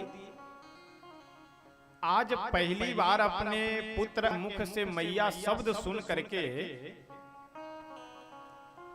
यशोदा जी इतने आनंद में भर गई, इतने आनंद में भर गई कि जो सामान लिए थे उसको वहीं रख करके और तुरंत दौड़ी भागी गई और सबको बुला करके लेकर के आई और बोली कि ऐसा है फिर से हम लोग आज उत्सव मनाएंगे। सभी गोपियां बोली कि अरे नंदरानी किस बात का उत्सव?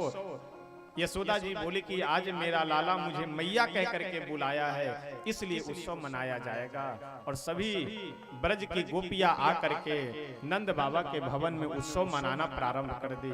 आइए हम लोग भी एक भजन के माध्यम से श्रवण करते हैं कि प्रभु यशोदा जी को देख करके मैया कहते हैं।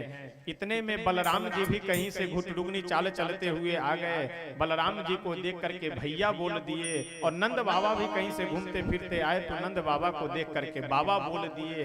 आज प्रभु पहली बार अपने मुख से शब्द उच्चारण किए हैं, इसलिए सभी बहुत आनंदित हैं। कहने लागे मोहन मैया मैया, कहने लागे मोहन मैया मैया,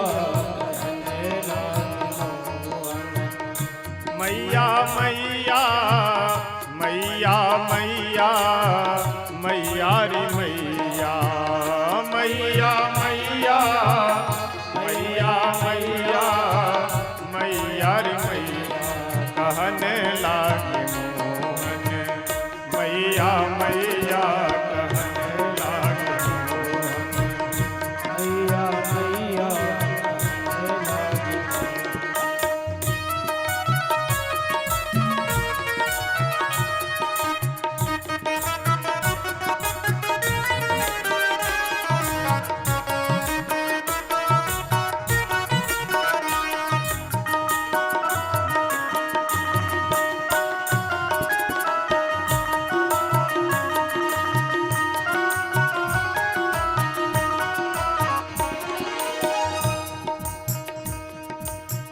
पितानंद सो बाबा रे बाबा, पितानंद सो बाबा रे बाबा, पितानंद सो बाबा रे बाबा, पितानंद सो बाबा रे बाबा। और हल धर को भैया भैया रे भैया, और हल धर को भैया भैया रे भैया, कहने लागे मोहन मैया मैया, कहने लागे मोहन मैया मैया।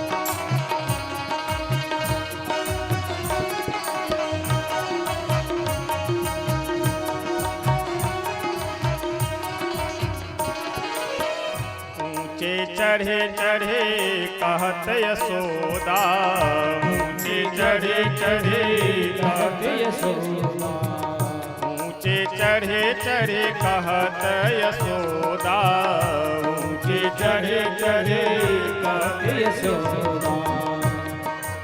यशोदा मैया जब यह सुन ली कि मेरा लाला मुझे मैया कह करके बुला रहा है, बोल रहा है, तो यशोदा जी बार बार सुनने के लिए बुलाती है। अरे ओ कन्हैया, तो कन्हैया हमारे बोलते हैं मैया। जितने बार यशोदा जी कन्हैया बुलाते हैं उतने बार प्रभु मैया बोलते हैं। ऊंचे चढ़े चढ़े कहत यशोदा, ऊंचे चढ़े चढ़े कहत यशोदा, ऊंचे चढ़े चढ़े कहत यशोदा, ऊंचे चढ़े चढ़े कहत यशोदा। लय लय नाम कन्हैया कन्हैया कन्हैया, लय लय नाम कन्हैया कन्हैया कन्हैया, कहने लागे मोहन मैया मैया, कहने लागे मोहन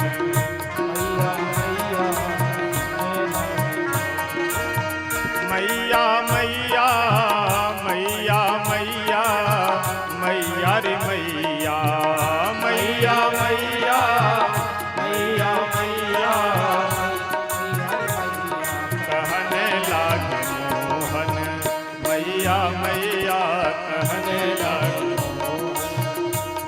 मैया मैया कहने लगी दूरी खेलन जनी जाऊ लाल रे, दूरी खेलन जनी जाऊ लाल, दूरी खेलन जनी जाऊ लाल रे, दूरी खेलन जनी जाऊ लाल, मारेगी काहू की गैया गैया री गैया, मारेगी काहू की गैया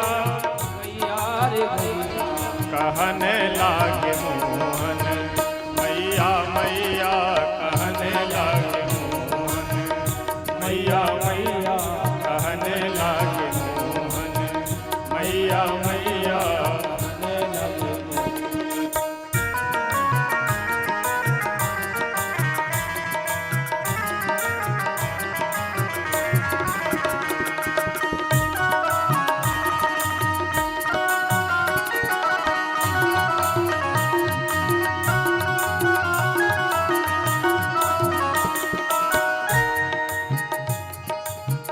सूरदास प्रभु तुम्हारे दरस को, सूरदास प्रभु तुम्हारे दरस को, सूरदास प्रभु तुम्हारे दरस को, सूरदास प्रभु तुम्हारे दरस को, यह छवि अनतन पैया पैया रि पैया, यह छवि अनतन पैया पैया रि पैया, कहने लागे मोहन मैया मैया, कहने लागे मोहन मैया मैया कहने लागे मोहन मैया मैया, मैया मैया मैया मैया रे मैया रे मैया, मैया मैया मैया मैया मैया रे मैया, कहने लागे मोहन मैया मैया, कहने लागे मोहन मैया मैया, कहने लागे मैया मैया कहने लगी मैया मैया कहने लागे मैया मैया कहने लगी। श्री वृंदावन बिहारी लाल के। आज पहली बार अपने लाला के मुख से मैया शब्द सुन करके यशोदा जी बहुत ही हर्षोल्लसित हृदय है। आज बहुत ही आनंद उमंग के साथ उत्सव मनाया जाने लगा। भागवतकार बहुत सुंदर वर्णन करते हुए कहते हैं कि इस तरह से हमारे कन्हैया नित्य नए नए लीलाओं के माध्यम से सभी ब्रजवासियों को बहुत आनंद प्रदान कर रहे हैं। धीरे धीरे प्रभु हमारे थोड़े बड़े होने लगे तो अब चौखट को पार कर करके गेट के बाहर भी चले जाते हैं। अब अपने दोनों पैरों के बल चलने लगे। अब गुटुडुगनी चाल से नहीं, अब पैरों के बल चल लेते हैं। एक दिन यशोदा मैया दही मथ रही थी मक्खन निकालने के लिए। प्रभु बाल स्वभाव बस माँ को आनंद देने के लिए कुछ मुख उदास कर करके पास में गए और जा करके वो जो पुराने समय में बड़े पात्र में दही रख करके जो लंबी सी मथानी उससे जो रस्सी बांध कर करके मथा जाता था, उसी मथा। अब आजकल के समय तो कम से कम समझाना आसान है और 15-20 वर्ष बाद 25-30 वर्ष बाद तो हमें लगता है कि इसे समझाने के लिए कथा में साथ में लेकर चलना होगा। यानी अब आज के छोटे बच्चों को मथानी समझाया जो समझ में ही नहीं आए, और ये सब जब बड़े होंगे आज से 25-30 वर्ष बाद तब तो कथा में साथ में लेकर चलना होगा कि देखो इसी को कहा जाता है। मथानी से दही मथ रही है यशोदा मैया, लेकिन प्रभु दुग्ध पान करने के लिए माँ के पास गए और जा करके मथानी के दोनों रस्सियों को पकड़ लेते हैं अपने हाथ से। अपने लाला को अपने पास आते देख करके यशोदा मैया तो हंस पहले से रही थी, और जब मथानी पकड़ ली थी और हंसने लगी और बोली क्या बात है, तो अभी बताएंगे थोड़ी क्या बात है। तुरंत गोद में फान कर चढ़ गए। यशोदा मैया समझ गई कि भूख लगी होगी, दुग्ध पिलाना प्रारंभ किए। लेकिन जैसे दुग्ध पान करना प्रभु प्रारंभ किए, वैसे कुछ दूरी पे गोईठी यानी अंगीठी कंडी के आग पे मटके में दूध चढ़ाई थी गर्म करने के लिए, वह दूध उफनने लगी। अब तुरंत प्रभु को अपने गोद से उतार करके यशोदा जी नीचे रख दी और दौड़ करके गई, दूध को ठीक ठाक करने लगे। अब इधर प्रभु नाराज की बताओ, मैं बैकुंठ छोड़ करके इनके लिए यहाँ पे आया हूँ और हमेशा हमसे कहती है कि तुम हमें प्राणों से प्रिय हो, प्राणों से प्रिय हो, और दूध को देख करके हमें यहाँ भूल करके दूध को संभालने चली गई। अब बगल में एक डंडा रखा हुआ था, डंडा उठाए और उठा करके सब जितने भी मटके थे सबको फोड़ तोड़ करके बराबर कर दिए। अब यशोदा जी जैसे उधर से आई दूध को ठीक करके, अब नाराज की बताओ, ये तो मन बढ़ू होता जा रहा है अभी से।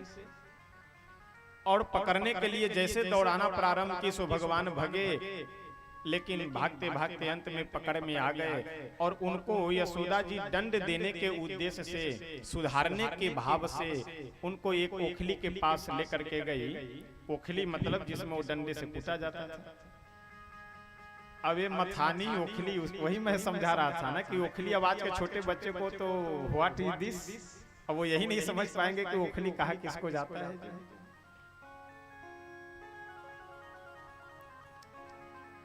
ओखली के पास लेकर के गए और उस उखल के नजदीक एक रस्सी ली यशोदा जी और अपने कन्हैया को उसी उखल में बांधने लगी। लेकिन लपेटते लपेटते जब बांधने की बारी आती है तो वह रस्सी सदैव 2 अंगुल छोटी पड़ जाती है। फिर दूसरी रस्सी ली, दूसरी रस्सी उस रस्सी में जोड़ करके फिर घुमा करके 2-4 बार जब बांधी तो बांधते समय फिर वह रस्सी 2 अंगुल छोटी पड़ गई। यानी ये 2 अंगुल रस्सी छोटी क्यों पड़ रही है? संतों का भाव यह है कि भक्त का परिश्रम और भगवान की कृपा, जब तक यह दोनों एकत्रित न हो तब तक किसी भी भक्त को भगवान का दर्शन नहीं मिल सकता है, कोई भी भक्त भगवान को प्राप्त नहीं कर सकता है। यानी जब तक हम भगवान का भजन नहीं करेंगे, भगवान की भक्ति नहीं करेंगे और जब तक भगवान की कृपा नहीं होगी तब तक हमें उनका दर्शन नहीं मिल सकता है। जब यशोदा जी पसीने से तरबतर हो गई, लंबी लंबी सांसें चलने लगी, लेकिन क्रोध इतना बढ़ा हुआ है कि आज बिल्कुल संकल्प करके बैठे कि जब तक मैं कन्हैया को बांध नहीं दूंगी तब तक मैं चैन से नहीं बैठूंगी। भगवान देखे कि मैया बहुत थक गई है, प्रभु की कृपा जागृत हो गई और जैसे प्रभु की कृपा जागृत हुई वैसे ही प्रभु उस उखल में बंध गए। और बांध कर करके यशोदा जी डांटती हुई बोली कि अब तुम दिन भर यहीं बैठा रहा, तुम्हें कोई नहीं खोलेगा और तुम्हें कुछ खाने को भी नहीं मिलेगा। बांध करके यशोदा जी वहां से चले गई घर के अन्य कार्यों को करने के लिए। प्रभु इधर विचार किए कि भगवान के दरवाजे पे ही, यानी नंद बाबा के दरवाजे पे ही अर्जुन के 2 वृक्ष थे, दोनों एक ही जगह, बीच से थोड़ा सा स्पेस जगह था निकलने के लिए, बाकी दोनों वृक्ष एक जगह थे। वो दोनों वृक्ष नहीं, पूर्व जन्म में वे गंधर्व थे। एक का नाम था नलकुंवर और दूसरे का नाम है मणिग्रीव। ये दोनों नारद जी के साप बस आज वृक्ष हुए पड़े हैं, लेकिन इन दोनों को साप से उद्धार प्रभु करना चाहते हैं। इसलिए उखल को घसीटते घसीटते घसीटते लेकर के गए अर्जुन के वृक्ष के पास और उस दोनों वृक्षों के बीच से स्वयं तो निकल गए, लेकिन उखल फंस गया। उखल बड़ा था इसलिए फंस गया। यानी कितना सुंदर यहाँ संकेत है। यदि हम मर्यादित पुरुष बनना चाहते हैं, यदि हम आदर्श पुरुष बनना चाहते हैं, तो चाहे भले ही हम विपत्ति में हो, लेकिन स्वयं विपत्ति में रहते हुए भी दूसरों को विपत्ति से निकालने का विचार मन में होना चाहिए। यानी आप विचार कीजिए, तो भगवान स्वयं उखल में बंधे हैं, तब तो इनको यही सोचना चाहिए कि जब हम स्वयं बंधे हैं तो दूसरों को कैसे हम उद्धार कर सकते हैं या दूसरों का कैसे हित कर सकते हैं। लेकिन जब सारी व्यवस्था हमारे पास में हो तब यदि हम, जैसे कई बार होता है ना, कई लोग कहते हैं कि हम मकान में नहीं रहते हैं, हम झोपड़ी में ही रहते हैं और झोपड़ी में ही आनंद हमको आता है, मकान में हम रहना नहीं चाहते। अरे भाई, तुम्हारे पास मकान है ही नहीं तो रहोगे कहाँ? मजबूरी है कि झोपड़ी में रहना है। अब मकान मेरे पास हो और तब हम मकान में नहीं रहे, तब तो हमारी विशेषता है ना। अब बाजार में हम जाए और बढ़िया जूस देख करके मन में इच्छा हो कि हम जूस पिए, लेकिन पैसा है ही नहीं है, तो उस समय यदि हम त्यागी बने, नहीं हम तो जूस पीते ही नहीं, अरे भाई अगर चाहोगे भी पीना भी चाहोगे तो पैसा है ही नहीं है, तो कैसे पी पाओगे। तो वस्तु रहते हुए उसका परित्याग करना तब विशेषता है, जब है ही नहीं है तो मजबूरी, बस मरता क्या नहीं करता। हम स्वयं दुख में हो लेकिन फिर भी दूसरों को दुख से उबारे, दूसरों के दुख को दूर करे, तब हमारी विशेषता है कि हम परोपकारी हैं। कई बार लोग कहते ना हम पुलिस वाले से डरते हैं, कभी नहीं डरते हैं। और कभी यदि कहीं चेकिंग लगी हुई हो किसी चौराहे पे तो मोटरसाइकिल पीछे से घुमा लेंगे 100 मीटर पहले से। पुलिस वाले से डरते नहीं है लेकिन मोटरसाइकिल लेकर के पास में नहीं जाएंगे। अबे तो वही स्थिति हो गई कि सो जाते हैं तो नींद नहीं आती है और खा लेते हैं तो भूख नहीं लगती है। विशेषता ये थोड़ी। धीरज धर्म मित्र अरु नारी, हम कितने धैर्यवान हैं, हम कितने परोपकारी हैं, कितने, इन सब की परीक्षा होती है समय जब हम स्वयं संकट की घड़ी में रहें और तब दूसरों को संकट से उबारे, तो हमारी विशेषता है। भगवान दोनों का उद्धार करते हैं उखल बंधन के लीला के माध्यम से। उसके बाद जब यह दृश्य यशोदा जी देखी कि उखल जाकर के दो वृक्षों में फंसा हुआ है और दोनों वृक्ष गिरा पड़ा है और मेरे लाला की रक्षा हो गई, भगवान की बहुत बच्चे हृदय घबराने लगा कि कहीं आज वृक्ष के नीचे मेरा लाला दब गया होता तो क्या स्थिति होती। यह सोच करके यशोदा जी गई, जल्दी से रस्सी को खोल करके उठा करके अपने हृदय से लगा ली और भगवान को धन्यवाद देने लगी कि मेरे लाला की आज रक्षा हो गई। कभी कभी प्रभु अपने बड़े भैया बलराम जी के साथ गेट के बाहर जाते हैं और कोई छोटा सा बछड़ा यदि बैठा हुआ हो नीचे और पाघुर यानी पाज कर रहा हो, उसके पूंछ को जोर से जाकर के पकड़ लेते हैं। और किसी पशु के यदि पूंछ को आप पकड़िए तो फिर आगे पीछे वो देखता नहीं है, तुरंत खड़े होकर के दौड़ना प्रारंभ कर देगा। और जैसे प्रभु जाकर के पूंछ को पकड़ते हैं वैसे वह बछड़ा भागने लगता है खड़े होकर के, और जैसे वह भागने लगता है उसके पूंछ को और जोर से पकड़ लिए। अब बछड़ा आगे आगे भागा जा रहा है, पीछे से प्रभु जमीन में कहीं मिट्टी में घसीटते हुए प्रभु को बछड़ा लेकर के भाग चलता। कभी कभी और हमारे भगवान श्री कृष्ण दोनों भाई रास्ते से कोई आदमी जा रहा हो उसके पीछे पीछे चल पड़ते हैं। कुछ दूर जाने के बाद जब उसे ध्यान से देखे, अरे ये हमारे नंद बाबा नहीं, तुरंत भाग करके फिर पीछे चले जाते हैं। कभी कभी सांपों को पकड़ने के लिए चले जाते हैं, कभी कभी अग्नि को पकड़ने के लिए चले जाते हैं, कभी कभी कांटों के पास चले जाते हैं। यशोदा मैया और रोहिणी आदि अन्य जो गोपियां हैं वे सभी प्रभु के पीछे सदैव लगी रहती है कि कहीं इधर उधर न चले जाए, कहीं यहाँ वहां न चले जाए।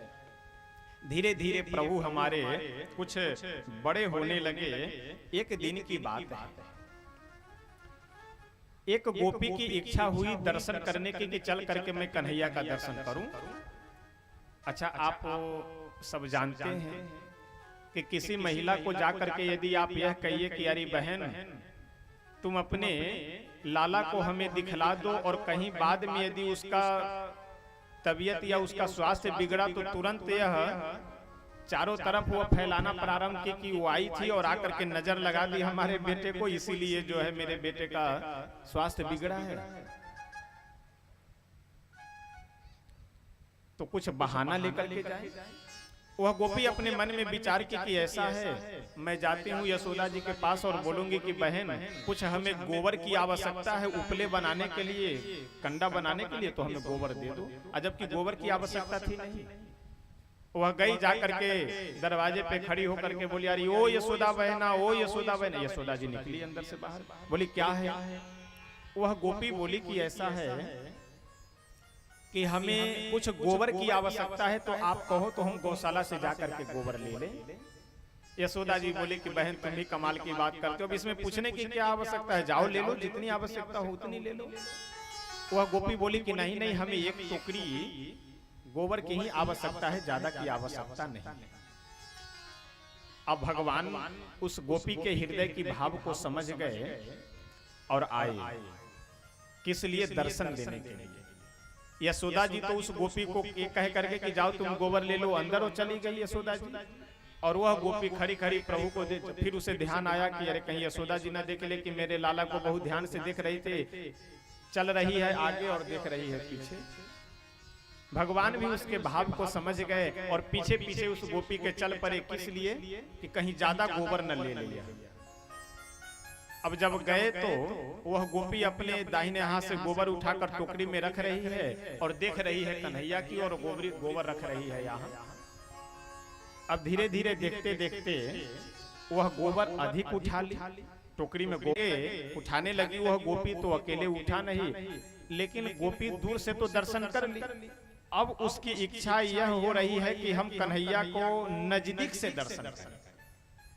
अब आप विचार कीजिए कि किसी व्यक्ति को यदि आप कुछ बोझा यदि उठा रहे हैं, तो बोझा उठाते समय जब उसके माथे पे आप बोझा रखेंगे तो उसका मुख और आपका मुख लगभग एक बीते के आसपास हो जाता है।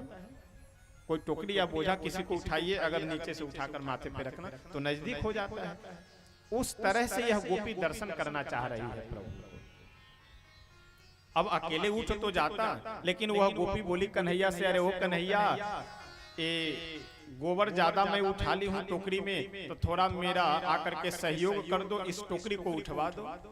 कन्हैया बोले कि वाह, हम गोबर भी दे और माथे पे भी उठवावे, लेकिन चलो कोई बात नहीं।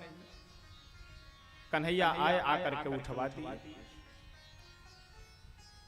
अब वह गोपी अपने घर पे गोबर लेकर के नहीं गई, रास्ते में ही फेंक करके और फिर आ गई दौड़ करके। किस लिए? क्योंकि कन्हैया को देखना था, दर्शन करना था। अब जैसे कन्हैया देखे कि वह गोपी फिर आ रही है, कन्हैया बोले कि क्यों तुम फिर आ रही हो? गोपी बोली कि हाँ हाँ, गोबर की मुझे ज्यादा आवश्यकता थी, इसलिए मैं गोबर लेने आ रही हूँ। कन्हैया बोले तो पहले ठहरो, जितने एक गोबर लेकर के जा रही हो तो फ्री में तो मिलेगा नहीं, इसके बदले कुछ देना होगा। तो क्या हमें दोगी तुम? पहले हमसे यह शर्त मंजूर हो जाए कि क्या हमें मिलेगा, तब तो ठीक है। वह गोपी बोली कि ऐसा है, जितने टोकरी में गोबर ले जा रही हूँ उतने मैं माखन के गोला तुम्हें दूंगी, खिलाऊंगी। भगवान बोले शर्त पक्का? गोपी बोली कि बिल्कुल पक्का। अब जब वह गोबर उठाने लगी तो प्रभु बोले कि ये बताओ कि तुम कितनी टोकरी गोबर लेकर के जा रही हो, इसका हिसाब किताब कैसे होगा? गोपी बोले हिसाब किताब कैसे, याद तुम भी रखो हम भी रखे। प्रभु बोले कि ऐसा नहीं, हम कहीं ज्यादा बतावे और तुम कम गिनती कर लो। तो वह गोपी बोली इसके लिए क्या किया जाए? तो गोपी के हृदय में तुरंत भगवान की कृपा से भाव आ गया और वह प्रभु के शरीर का स्पर्श करना चाह रही थी, और प्रभु की कृपा से उसके मन में विचार आया। वह गोपी बोली कि ऐसा है, मैं तुम्हारे मुख पे गोबर के टीके लगा दे रही हूँ। अब जितनी टोकरी गोबर लेकर के मैं जाऊंगी उतने टीके माथे पे लगा दूंगी, और बाद में मुख पे जितने भी टीके लगे होंगे गिनती करके हिसाब किताब हमारा तुम्हारा हो जाएगा। भगवान बोले हाँ ये बात बढ़िया है। अब वह जाए गोबर फेंक करके फिर आ जाए रास्ते में, फिर गोबर उठाए, एक टीका लगा दे मुख पे। अब पूरे कपाल पे, गाल पे, चारों तरफ पूरे मुख पे गोबर के टीके टीके लग गए। अब जब पूरा मुख भर गया और उस गोपी का भी हृदय भर गया प्रभु के दर्शन करने से, तो वह गोपी बोली कि कन्हैया अब मैं चल रही हूँ घर पे, तुम पीछे से आ जाना और आ करके हिसाब किताब अपना कर लेना। अब प्रभु बोले कि चल करके पहले मैं मैया से पूछ लेता हूँ कि जा रहा हूँ मैं हिसाब किताब करने, उसके बाद मैं घर से, नहीं तो मैया यहाँ कहीं परेशान होने लगेगी कि मेरा लाला कहाँ चला गया। अब जैसे कन्हैया अपनी यशोदा मैया के पास गए और जाकर के बोले कि मैया मैं जा रहा हूँ एक जगह, कुछ जरूरी आवश्यक काम है। अब यशोदा जी जैसे देखी कन्हैया को पूरे मुख पे गोबर गोबर, तुरंत दौड़ी और बोली कि अरे ये गोबर गणेश तुमको कौन बना दिया? कहाँ से गोबर गणेश बन करके आ गए? और जैसे मुख को साफ करने के लिए हाथ लगाना चाहिए, वैसे प्रभु हाथ पकड़ लिए मैया का और बोले कि मैया मुख पे हाथ मत लगाना, नहीं तो सब हिसाब गड़बड़ हो जाएगा। यानी जो अभी गोबर लेने के लिए आई थी ना, उससे हमारा यह वचन रखा गया है और उससे हमारी यह प्रतिज्ञा हुई है कि जितने टोकरी वह गोबर लेकर के जाएगी उतने हमें माखन के गोला खाने को मिलेंगे। तो मेरे मुख पे जितने भी चिन्ह बने हुए हैं, इतने टोकरी वह गोबर लेकर के गई है, इतने हमें माखन खाने को मिलेंगे। यशोदा मैया भी मुस्कुराने लगे कि अजीब बालक है यह भी, घर में इतने लाखों की संख्या में गौए हैं, पहाड़ के जैसे जैसे मक्खन और दूध दही आदि के मटके रखे हुए हैं, लेकिन फिर भी दूसरों से मक्खन लेकर के खाने के लिए इतने लालायित रहते हैं। और देखिए इसके पीछे कोई और कारण नहीं, इसके पीछे कारण केवल भाव है। शेष गणेश महेश दिनेश सुरेश हूँ जाहि निरंतर ध्यावे, जाहि अखंड अनंत अभेद अछेद अखंड सुवेद बतावे, नारद से मुनि व्यास रटे पचिहारी तऊ पुनि पार न पावे, ताहि अहीर की छोहरिया छछिया भरी छाछ पे नाच नचावे।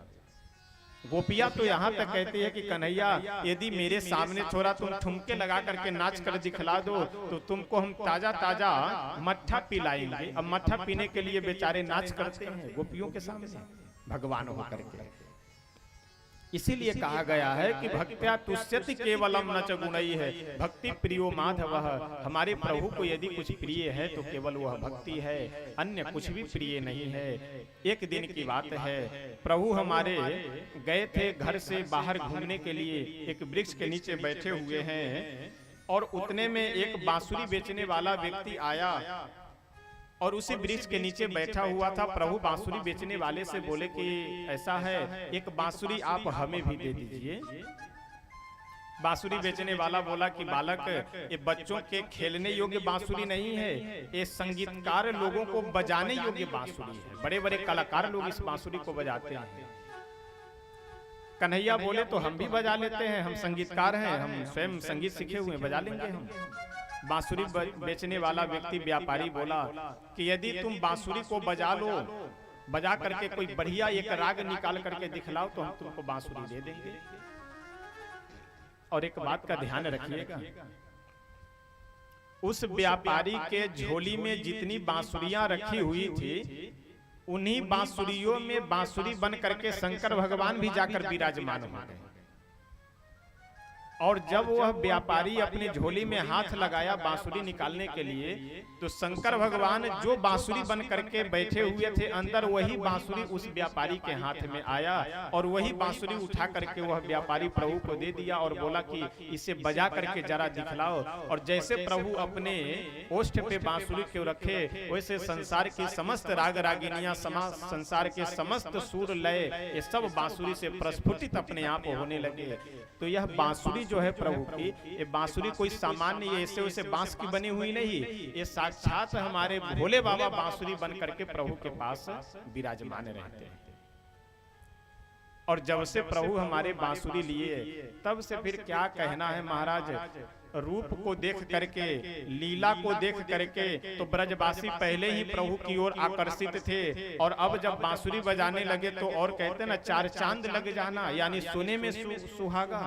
और सभी ब्रजवासी प्रभु की ओर आकर्षित और प्रभु के प्रेमी हो जाते हैं।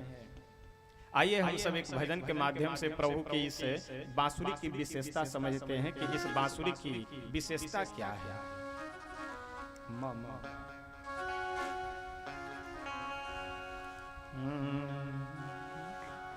ऐ श्याम तेरी बंसी पागल कर जाते हैं, ऐ श्याम तेरी बंसी पागल कर जाते हैं, ऐ श्याम तेरी बंसी पागल कर जाते हैं, ऐ श्याम तेरी बंसी पागल कर जाती है, श्याम तेरी बंसी पागल कर जाती है, ऐ श्याम तेरी बंसी पागल कर जाती है, मुस्कान तेरी प्यारी, मुस्कान तेरी प्यारी घायल कर जाते हैं, मुस्कान तेरी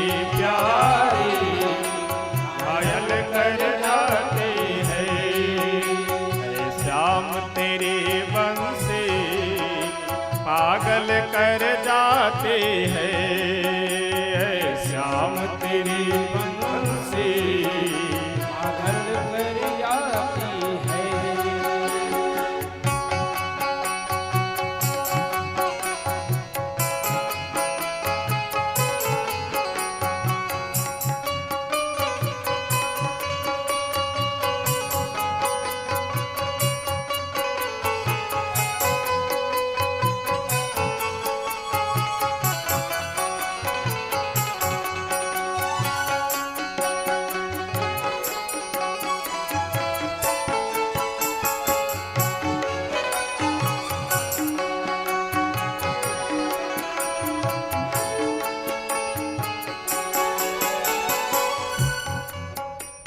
जितने भी ब्रजवासी हैं वे सभी ब्रजवासी यह प्रभु से कहते हैं कि प्रभु हे कन्हैया, आपकी जो यह बांसुरी है, यह बांसुरी किसकी है? बांस की बनी हुई है।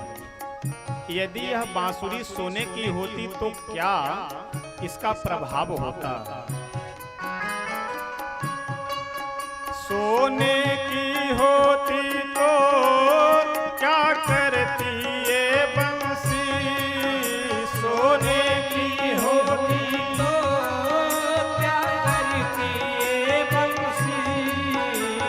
सभी भक्त प्रेम से आनंदित होकर के गाइए, क्योंकि कभी भी यदि अपने जीवन में अकेले भी इस भजन को आप बैठ करके गाएंगे बहुत आनंद मिलेगा, बहुत मन को प्रसन्नता मिलेगी। सोने की होती तो क्या करती ये बंसी? सोने की होती तो क्या करती ये बंसी? जब बांस की हो करके, जब बांस की हो करके इतना तर पाते हैं, जब बांस की हो करके इतना तर पाते हैं, ऐ श्याम तेरी बंसी पागल कर जाती है।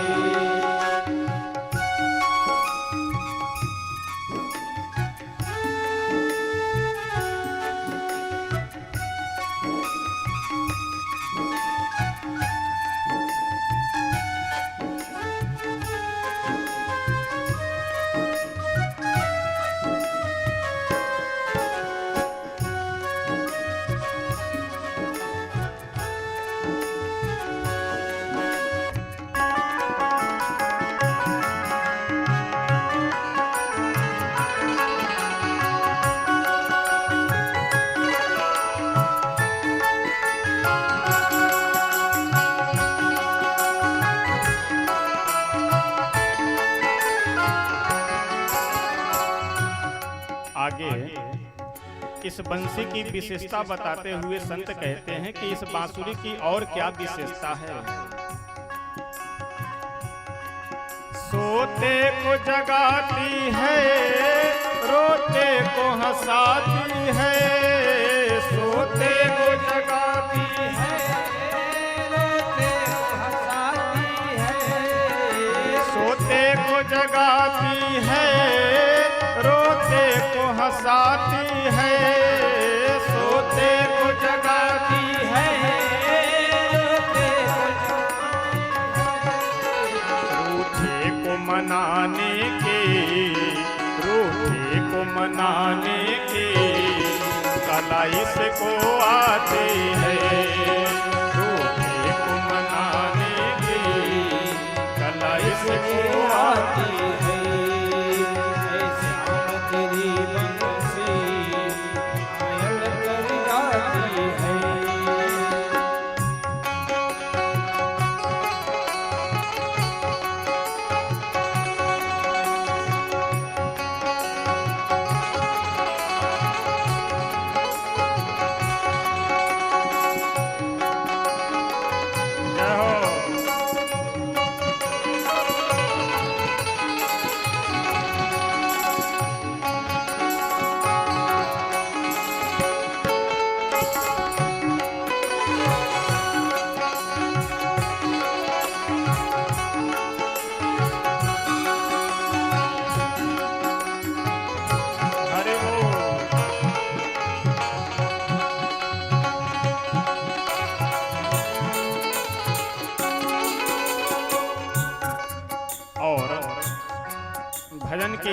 पंक्ति में संत कहते हैं प्रभु के स्वरूप पे ही कि हे प्रभु, आपका जो रंग है, आपका जो वर्ण है वह श्याम वर्ण है, काले रंग के आप हैं। तो काले हो करके संसार के लोगों को इतने अपनी ओर आकर्षित कर रहे हैं, यदि आप गोरे होते तो क्या होता? यदि गोरे होते तो क्या करते मनमोहन, यदि गोरे होते क्या करते मनमोहन, यदि गोरे होते तो क्या करते मनमोहन, यदि गोरे होते तो क्या करते मनमोहन। जब सांवली सूरत पर, जब सांवली सूरत पर दुनिया मर जाती है, जब सांवली सूरत पर दुनिया मर जाती है, जब काले रंग पर ही दुनिया मर जाती है, जब काले रंग पर ही दुनिया मर जाती है।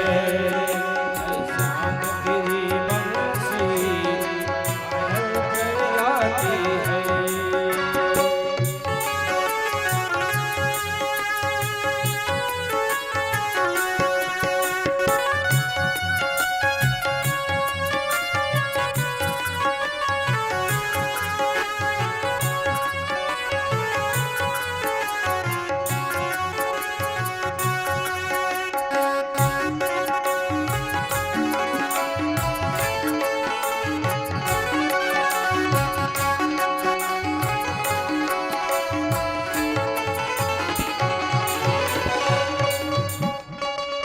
श्याम तेरी बंसी पागल कर जाती है, श्याम तेरी बंसी घायल कर जाती है। श्याम तेरी बंसी पागल कर जाती है, जाती है। मुस्कान तेरी प्यारे घायल कर जाती है, मुस्कान तेरी प्यारी घायल कर जाती है। श्याम तेरी बंसी पागल कर जाती है। शाम तेरी बंसी घायल कर जाती है। श्री वृंदावन बिहारी लाल की। ऐ श्याम तेरी बंसी पागल कर जाती है। जब से प्रभु हमारे बांसुरी बजाना आरंभ किए, तब से जितने भी ब्रजवासी हैं, वृंदावनवासी हैं, ये सभी और विशेष प्रभु की ओर आकर्षित हो जाते हैं। बीच में और भी बहुत सी लीलाएं कर करके प्रभु सभी ब्रजवासियों को आनंदित करते हैं, सभी ब्रजवासियों को सुख प्रदान करते हैं। एक दिन की बात है, भगवान श्री कृष्ण श्री कन्हैया हमारे हैविंग ले रहा है,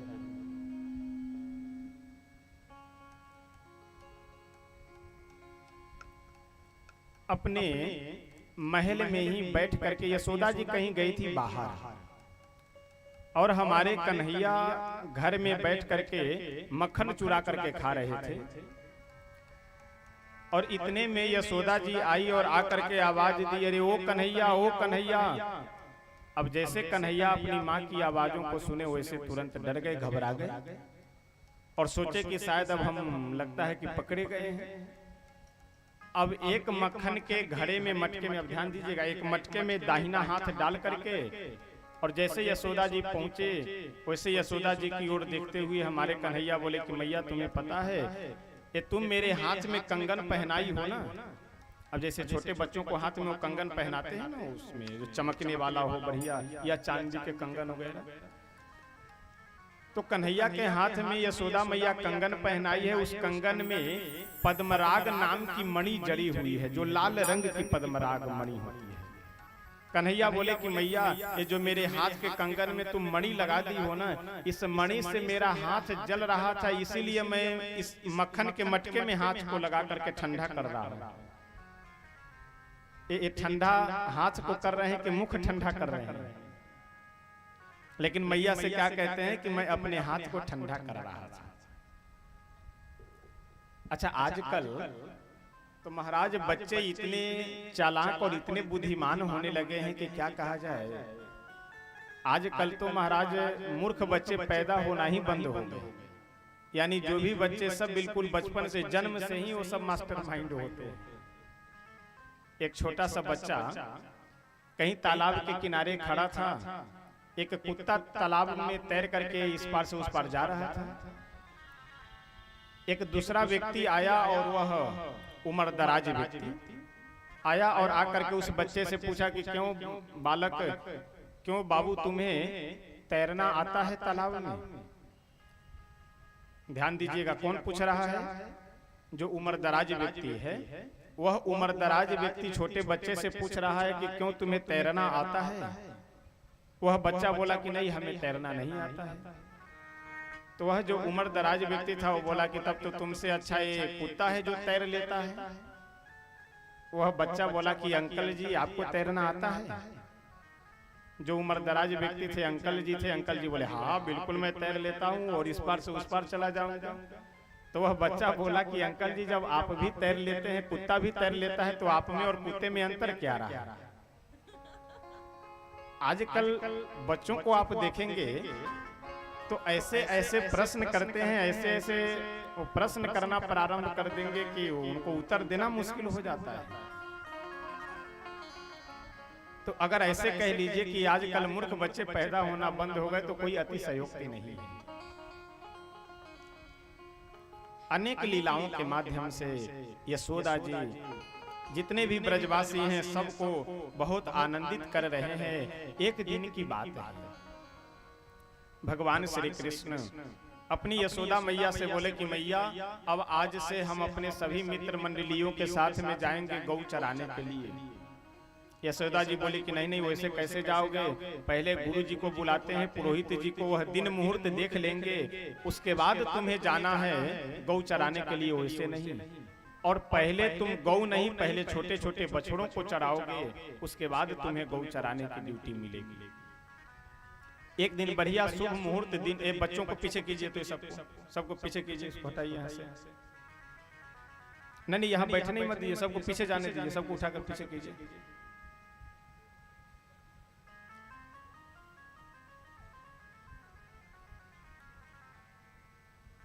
जाओ जाओ पीछे जाओ, पीछे जाओ तुम लोग। ये बच्चे जो यहाँ बैठे हुए हैं इनको सबको पीछे कीजिए। मैं बार बार कहता हूँ कि बच्चों को आगे ला करके मत बैठाया कीजिए, फिर भी बात नहीं समझते। वो सब क्या कथा सुनेंगे? कथा आप लोगों को सुननी है, बड़े लोगों को कथा सुननी है, छोटे बच्चे क्या कथा सुनेंगे?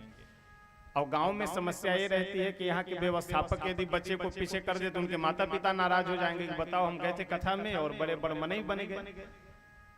तो इसलिए कम से कम जो भी आते हैं आप सब ध्यान रखिए, अगर बच्चे हों तो उनको संभाल करके बैठाइए। आप तो कम से कम सुन लीजिए और लोग भी बच्चे के साथ बच्चे बने हुए रहते हैं। तो एक कथा में आ रहे हैं, एक कथा है, कोई नाच नौटंकी थोड़े कि बैठ करके बस देखते रहना है और हिलते रहना है। यहाँ अगर आप शांति से नहीं बैठेंगे तो फिर वो सारी बातें ऊपर ऊपर उड़ती चली जाएगी, कुछ पल्ले नहीं पड़ेगी। तो इसलिए बच्चे लोग हों कोई बात नहीं, लेकर के आइए, उन्हें छोड़ना नहीं है, लेकिन उनको बैठा करके शांति से रखने का प्रयास कीजिए। श्री राधा कृष्ण भगवान की जय। यशोदा मैया एक दिन बढ़िया शुभ मुहूर्त देख करके छोटे छोटे बछड़ों को चराने के लिए भेज देते हैं। और आज से हमारे भगवान श्री नंद नंदन यशोदानंद वर्धन कन्हैया हमारे गोपाल हो गए, यानी छोटे छोटे बछड़ों को लेकर के चराने के लिए जाते हैं। समय अब समापन की ओर है, लेकिन फिर भी आइए एक पंक्ति, पूरा भजन नहीं गाएंगे लेकिन एक पंक्ति गा करके फिर आगे बढ़ेंगे कि भगवान हमारे छोटे छोटे बछड़ों को लेकर के, और स्वयं भी छोटे हैं इनके ग्वाल वाल भी छोटे हैं, इनके सखा भी छोटे हैं और बछड़े भी छोटे छोटे, और उन सब को लेकर के बढ़िया जा रहे हैं वन में चराने के लिए। तो क्या सुंदर दृश्य है। इस भजन के माध्यम से उस दृश्य को अपने हृदय में बिठा करके तब आगे बढ़ेंगे।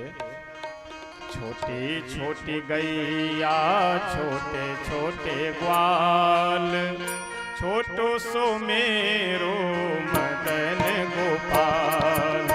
छोटी छोटी गैया छोटे छोटे ग्वाल, छोटो सो मेरो मदन गोपाल। छोटी छोटी गैया छोटे छोटे ग्वाल, छोटो सो मेरो मदन गोपाल। छोटी छोटी गैया छोटे छोटे ग्वाल, प्रेम से सभी भक्त गाइए। छोटो सो मेरो मदन गोपाल। आगे आगे गैया पीछे पीछे ग्वाल, बीच में मेरो मदन गोपाल। आगे आगे गैया पीछे पीछे ग्वाल, छोटो सो मेरो मदन गोपाल। छोटी छोटी गैया छोटे छोटे ग्वाल, छोटो सो मेरो मदन गोपाल। छोटी छोटी गैया छोटे छोटे ग्वाल, छोटो सो मेरो मदन गोपाल।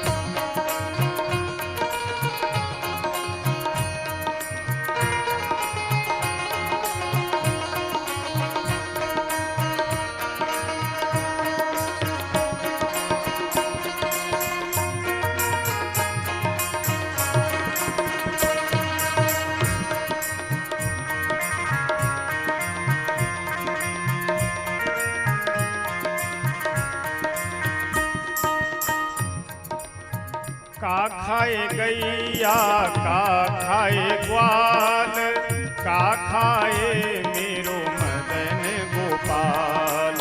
का खाए गैया का खाए ग्वाल, का खाए मेरो मदन गोपाल। छोटी छोटी गैया छोटे छोटे ग्वाल, छोटो सो मेरो मदन गोपाल।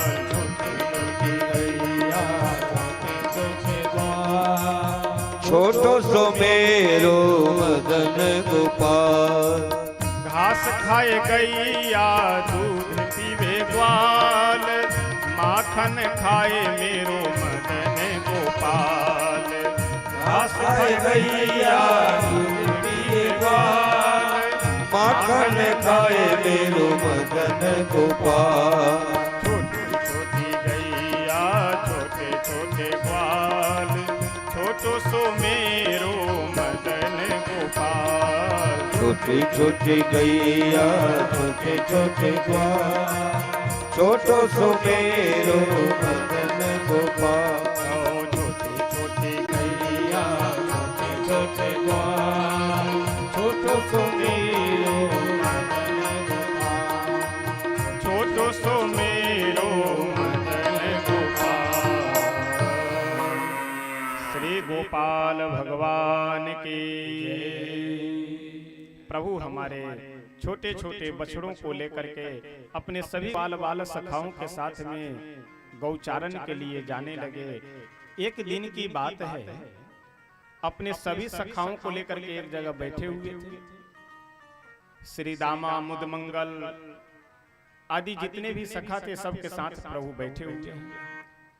सभी सखाओं को देख करके प्रभु बोले कि ये बताओ कि तुम लोग इतने दुबले पतले क्यों हो।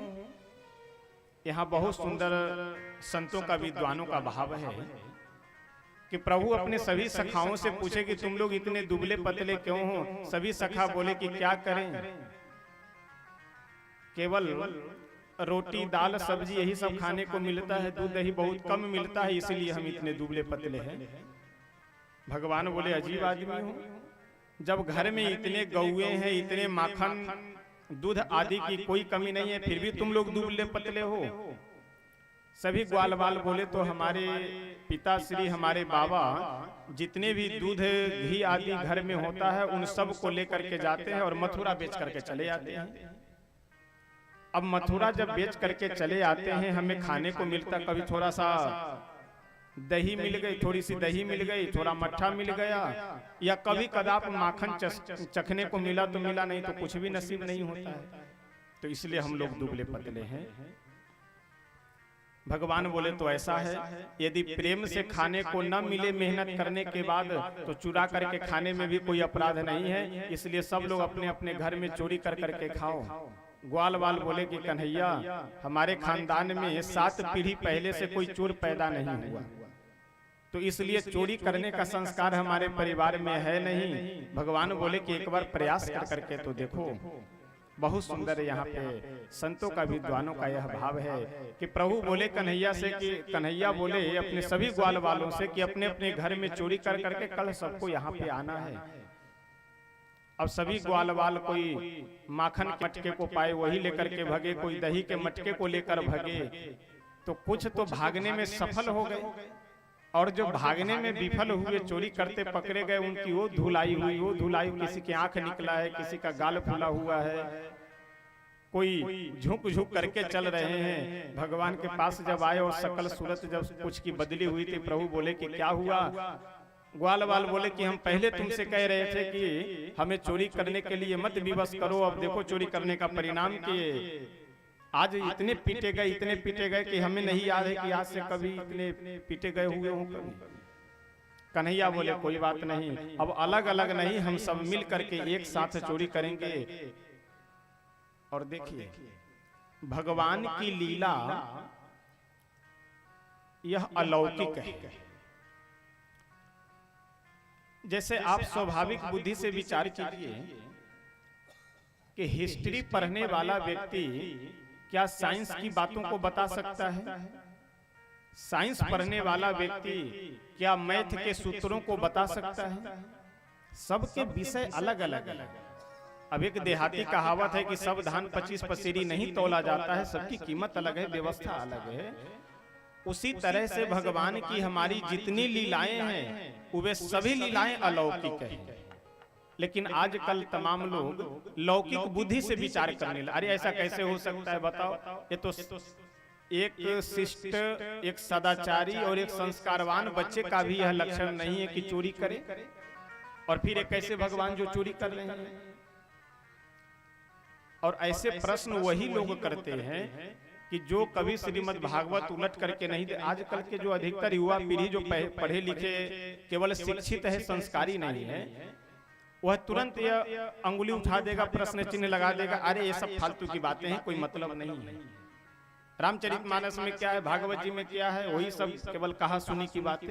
देखिए आपको न मानना हो न माने, कोई विशेष जबरदस्ती नहीं कि आप मानिए, लेकिन पहले एक बार श्रीमद् भागवत महापुराण को उठाकर अच्छे से एक एक श्लोक पढ़ लीजिए, उसके बाद में फिर आपको नहीं मानना होगा तो नहीं मानिएगा। लेकिन आजकल लोग जितने अंगुली और प्रश्न चिन्ह उठाने वाले हैं, एक भी व्यक्ति कोई एक अध्याय सही से भागवत जी का नहीं पढ़ा होगा।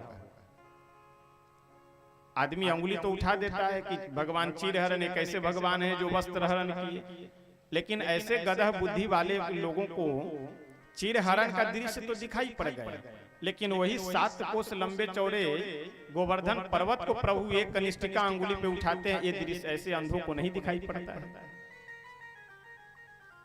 भगवान माखन चोरी की लीला कर रहे हैं, यह तो दिखाई पड़ गया, लेकिन बड़े बड़े योद्धाओं को, बड़े बड़े राक्षसों को, जिससे देवता भी हार जाते हैं, ऐसे राक्षसों का प्रभु वध कर दे रहे हैं, तो उन अंधों को ये सब दृश्य दिखाई नहीं पड़ता है। तो इसलिए भगवान की जो हमारी लीलाएं हैं वो सब अलौकिक लीला है, इसलिए अलौकिक बुद्धि से आपको विचार करना पड़ेगा। लौकिक बुद्धि से यदि विचार करेंगे तो उसे आप नहीं समझ सकते। जैसे कल हमने एक उदाहरण आपको बताया था कि आज से 100-150 वर्ष पहले जिस समय मोबाइल का नामो निशान नहीं था, क्या उस समय लोग ये सोच सकते थे कि एक समय ऐसा आएगा कि 10-10 हजार किलोमीटर दूर बैठा हुआ व्यक्ति एक दूसरे को मोबाइल से देख सकता है, बात कर सकता है? उस समय इसके आविष्कार नहीं थे, उस समय यह विकसित नहीं हुआ था, लोग नहीं समझ रहे थे। आज विकसित हो गया, मान रहे हैं। तो उसी तरह से भगवान की जो हमारी लीला है, उसे लौकिक बुद्धि से अगर हम विचार करेंगे तो हमसे बड़ा मूर्ख इस संसार में कोई नहीं हो सकता है। तो भगवान की हमारी जितनी लीलाएं हैं वे सभी अलौकिक हैं, तो हमें अलौकिक बुद्धि से विचार भी करना चाहिए। प्रभु अपने सभी ग्वाल वालों से बोले कि ऐसा है कि हम माखन चोरी की लीला करेंगे और चौर विद्या प्रचार मंडल के नाम से हमारी समिति रहेगी और इस समिति के अध्यक्ष हम स्वयं रहेंगे और सब लोग एक साथ चल करके जहां भी जाना है वहां माखन चोरी की लीला करेंगे। और देखिए गुरुजनों का, संतों का यहाँ बहुत सुंदर एक भाव है कि भगवान आखिर माखन चोरी की लीला कर क्यों रहे। माखन चोरी की लीला करने के पीछे प्रभु की इच्छा यह है कि जितने भी ब्रजवासी हैं वे सभी ब्रजवासी यह चाहते हैं कि प्रभु हमारे घर में आए और आकर के माखन और जो भी मेरे घर में वस्तु उपलब्ध है उसे ग्रहण करें। सभी ब्रजवासी प्रभु का दर्शन करना चाहते हैं, सभी गोपियां प्रभु को देखना चाहती है, इसलिए प्रभु माखन चोरी की लीला के माध्यम से सबके घर घर में जाकर के, सबके पास जाकर के प्रभु दर्शन देते हैं और माखन खाने की लीला कर रहे हैं। एक दिन की बात है, श्री यशोदा जी अपने घर में कुछ कार्य कर रही थी। इतने में कुछ गोपियां आई और आकर के दरवाजे पे खड़ी हो गई और खड़ी होकर के बोली कि अरे ओ यशोदा बहना। यशोदा जी निकली बाहर।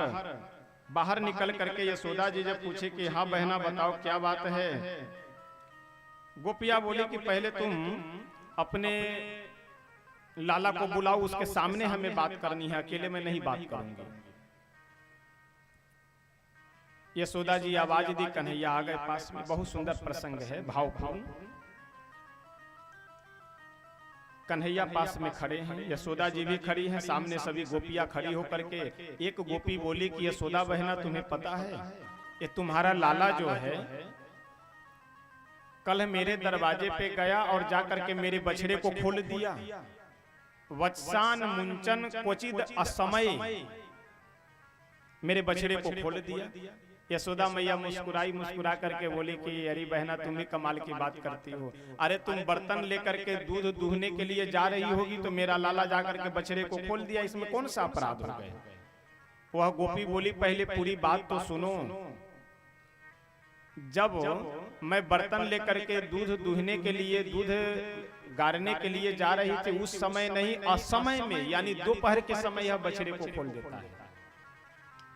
और तुम कह रही हो कि दूध गारने, दूध लगाने जाती होगी उस समय। एक दिन की बात है, मैं बाल्टी लेकर के जा रही थी दूध दूहने के लिए, उसी समय तुम्हारा लाला मुझे दिखाई पड़ गया। तो हमने कहा कि अरे ओ लाला जरा बछड़े को खोल दो। तो पता है यह क्या उत्तर दिया? तुम्हारे लाला का उत्तर यह था कि वाह हम तुम्हारे नौकर हैं, खुद उठो और उठ करके बछड़े को खोल लो और तब दूध दूहो। यही स्थिति है। जिस समय पे जब मैं कहती हूँ बछड़े को खोलने के लिए, उस समय खोलता नहीं और असमय में खोल देता है। दूसरी गोपी बोली कि यशोदा बहना मेरी भी बात सुनो। एक दिन की बात है, तुम्हारा लाला अपने पूरे मित्र मंडली को लेकर के मेरे घर में गया और जा करके छींक के ऊपर, यानी छींका कहते हैं, ऊपर जो छप्पर में रस्सी लटका करके जो दूध और दही माखन वगैरह को रखा जाता था मटके में, उसे छींका कहते हैं। गोपी बोली कि छींके में मैं दूध मक्खन आदि सब रखी हुई थी। यह तुम्हारा लाला गया और अपने सभी मित्रों को एकत्रित करके सब के ऊपर स्वयं खड़े होकर के और उस छींके से मटके को उतार करके स्वयं भी खूब जी भर करके माखन खाता है। उसके बाद अपने ग्वाल वालों को भी खिलाया। और पता नहीं तुम्हारे इस लाला को बंदरों से क्या रिश्तेदारी है कि बंदरों की भाषा ये इतना बढ़िया समझ लेता है कि जैसे एक आवाज दिया वैसे पूरे वृंद। और ये बंदर कोई और नहीं, ये श्री हनुमान जी महाराज ही हैं जो अपने पूरे टीम को लेकर के यहाँ पे विराजमान है। यानी प्रभु पहले माखन खा करके दूध पान कर करके जो छोड़ देते हैं, वह प्रसाद पाने के लिए हमारे हनुमान जी ही अपने पूरे बानर समाज को लेकर के वृंदावन में विराजमान है। वह गोपी बोली कि सारे बंदर मेरे घर पे आकर के टूट पड़े और सभी बंदरों को इसने दही दूध माखन आदि खिलाया। और जब सारे बंदर खा करके जब सूंघ सूंघ, अच्छा बंदर का एक स्वभाव होता है कि बंदर का यदि पेट भर गया तो उसके बाद उसे सूंघ करके वह चला जाता है, खाता नहीं। तो पता है यशोदा बहना, तुम्हारा जो यह लाला है जब बंदर सूंघ सूंघ करके जाने लगे तो तुम्हारा लाला क्या कहता है कि अरे राम राम, कितने दिनों का यह सड़ा सराया माखन और दूध रखे हुई है कि बंदर भी नहीं खा रहे हैं, और यह कह करके हमारे सारे मटके को वह फोड़ देता है। अब बताओ, जा करके माखन खा ले कोई समस्या नहीं, दूध भी पी ले कोई समस्या नहीं, अब मटके अगर फोड़ना प्रारंभ कर दे तो हम लोग की आजीविका कैसे चलेगी। यशोदा बहना, यशोदा जी बोली कि देखो बहना, ऐसा है कि मेरा लाला जब तुम्हारे घर पे जाया करे तो तुम इसे जो यह खाना चाहे वह खिला दिया करो, और जब मेरे घर पे आना तो जितना यह खाए उससे दुगुना हमसे मांग लेना, ले लेना, तो इसे चोरी करना नहीं पड़ेगा। एक गोपी बोली कि वाह यशोदा बहना, क्या यह विचार तुम्हारे ही बुद्धि में आया है? यह विचार मैं पहले ही कर चुका हूँ। एक दिन की बात है, तुम्हारा लाला मेरे दरवाजे पे गया तो मैं तुम्हारे लाला से बोली कि देखो लाला, ऐसा है कि तुम जो ये चोरी करते हो चोरी मत किया करो, जो तुम्हें खाना हो वह हमसे बता दो और जी भर करके जितना खाना है खा लो। तो पता है तुम्हारा लाला क्या बोला हमसे? तुम्हारे लाला का उत्तर था कि वाह, हम तुम्हें कोई भिखारी लगते हैं कि घर घर घूम करके खाएंगे? अरे तुम्हें खाना हो तो आ जाना हमारे घर पे, हमारे बाबा के पास में 9 लाख गैया है। तो मैं तुम्हारे लाला से बोली कि जब इतने बड़े बाप का बेटा है तो फिर चोरी करके क्यों खाता है? तो तुम्हारे लाला का उत्तर यह था कि चोरी कर करके खाने में आनंद ही कुछ और है, चोरी के माखन में दूध में स्वाद ही कुछ और है, इसलिए चोरी कर करके खाते। अब इसका क्या उत्तर है? एक चौथी गोपी बोली कि यशोदा बहना, एक मिनट मेरी भी बात सुन लो। यशोदा जी बोली जब तुम सब सुनाने के लिए आई हो तो सुना दो आज जी भर करके। वह गोपी बोली कि एक दिन की बात है, मेरी बेटी, अच्छा वृंदावन में जो ब्रज भाषा है तो ब्रज भाषा में बेटी को लाली बोलते हैं, बेटे को लाला और बेटी को लाली। वह गोपी बोली कि मेरी बेटी, मेरी लाली चारपाई पे सो रही थी और उसके लंबे लंबे बाल चारपाई से नीचे लटक रहे थे, और तुम्हारा यह लाला गया और मेरे घर में चारों तरफ खोज करके देखा, कहीं इसे माखन दूध दही आदि खाने को नहीं मिला। तो बाहर आया और जो मेरी बेटी चारपाई पे सो रही थी उसके बाल लंबे लंबे नीचे लटक रहे थे, मेरी बेटी के बालों को चारपाई के एक पांव से, यानी चारपाई में जो 4 पैर होते हैं ना, एक पांव से बाल को बांध दिए अच्छे से, और जोर से बालों को बांध कर करके कान में जा करके जोर से आवाज लगा करके हौवा बोल दिए। अब कोई व्यक्ति सो रहा हो और उसके कान में जोर से हौवा बोल दिया जाए तब तो वह स्वाभाविक समझ लेगा कि हौवा आ गया, हम हो आप हो कोई भी हो। अब जैसे वह गोपी बोली कि जैसे मेरी बेटी हौवा नाम सुनी और जगी, वैसे उसके बाल चारपाई के पांव में फंस गए। अब उसे सच में लगा कि मेरा सही में मेरा बाल हौवा पकड़ लिया। अब जोर से चिल्लाई, अरे वो मैया बचाओ, हौवा आया हौवा। अब जैसे मेरी बेटी चिल्लाई, मैं बाहर से दौड़ करके जब अंदर आई तो तुम्हारे लाला को भागते हुए देख लिए। मैं समझ गई कि ये हौवा हुआ कुछ नहीं, ये नंद का ही लाला हौवा बन करके घूम रहा है। तो यह तुम्हारे पुत्र की दुर्दशा है, स्थिति है, यानी हम लोगों का तो जीना बिल्कुल दुश्वार किए हुए है। इस तरह से सभी गोपियां बहुत ही आनंद में भर करके प्रभु के इस माखन चोरी आदि की लीला का बहुत सुंदर, अनेक लीलाओं के माध्यम से हो, चाहे माखन चोरी हो, अन्य लीलाओं का हम सब कल श्रवण लाभ प्राप्त करेंगे। भगवान श्री नंद नंदन यशोदानंद वर्धन श्री कृष्ण चंद्र जी हमारे अनेक लीलाओं के माध्यम से सभी ब्रजवासियों को आनंद दे रहे हैं। आइए अब समय समापन की ओर हो चुका है, तो हम सब एक भजन के माध्यम से भगवान श्री वृंदावन बिहारी जी के इस माखन चोरी की झांकी को हम सब अवलोकन करते हैं और इसी बीच में हम सब अपने नेत्रों के माध्यम से चाक्षुष प्रत्यक्ष भी करेंगे। क्या प्रत्यक्ष करेंगे? तो भगवान माखन चोरी की लीला का हम सब लोग झांकी भी अवलोकन करेंगे, चाक्षुष प्रत्यक्ष इस समय करेंगे। आइए प्रेम से हम सब भजन के माध्यम से चलते हैं।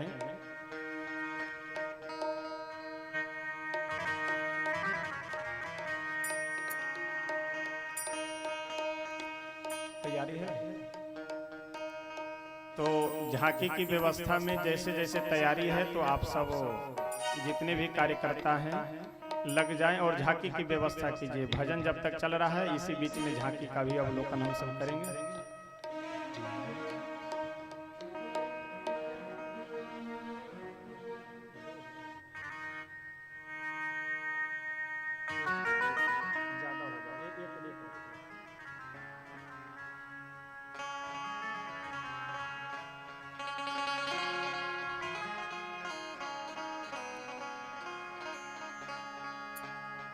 श्याम माखन चुराते चुराते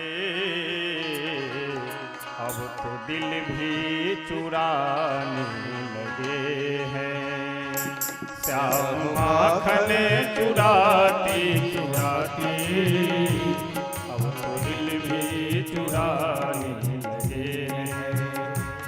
श्याम माखन चुराते चुराते अब तो दिल भी चुराने लगे हैं। श्याम माखन चुराते चुराते अब तो दिल भी चुराने लगे हैं।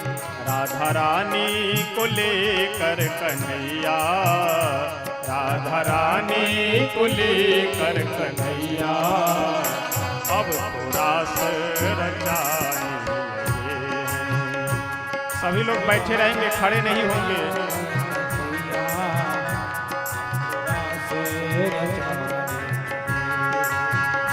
श्याम माखन चुराते चुराते अब तो दिल भी चुराने लगे हैं। श्याम माखन चुराते चुराते अब तो दिल भी चुराने।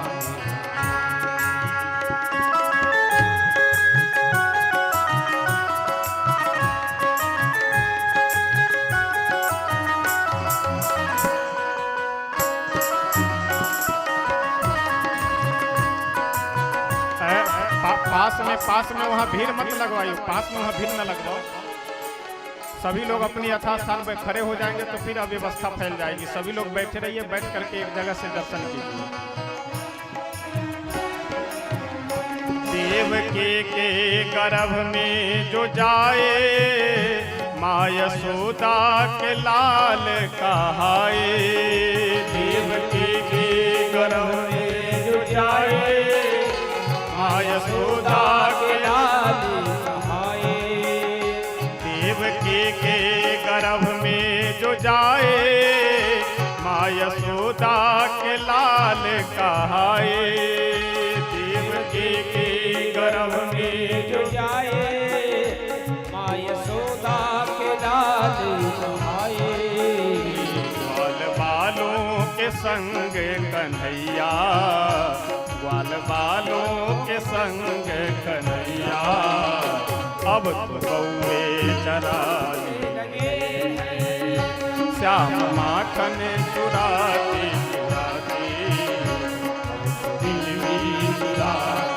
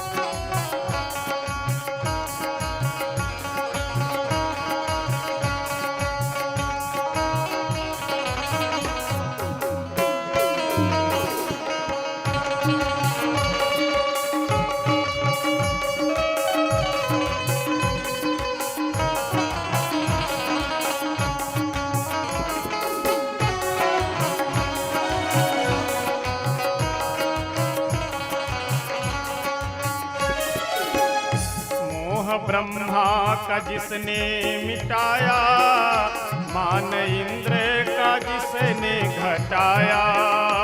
मोह ब्रह्मा का जिसने, मान इंद्र का जिसने घटाया। मोह ब्रह्मा का जिसने घटाया, मान इंद्र का जिसने मिटाया। कुर्सी कुर्सी लाकर बैठाइए, कुर्सी लाकर के बैठा, कुर्सी। स्वयं बन करे पुजारी कन्हैया, स्वयं बन करे पुजारी कन्हैया। अब तो गिरवर उतारे, श्याम माखन चुराती चुराती, अब दिल भी चुराने।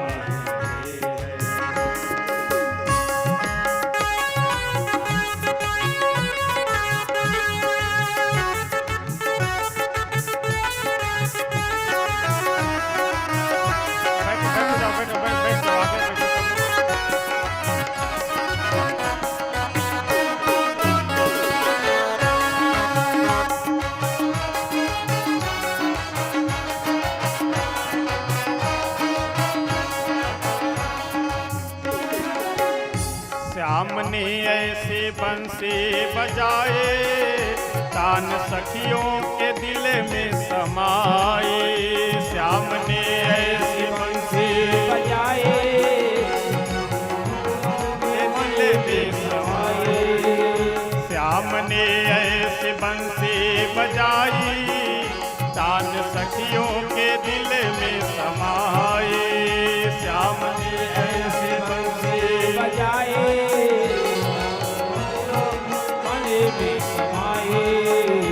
राधा रानी को लेकर कन्हैया, राधा रानी को लेकर कन्हैया। अब तो रास रचा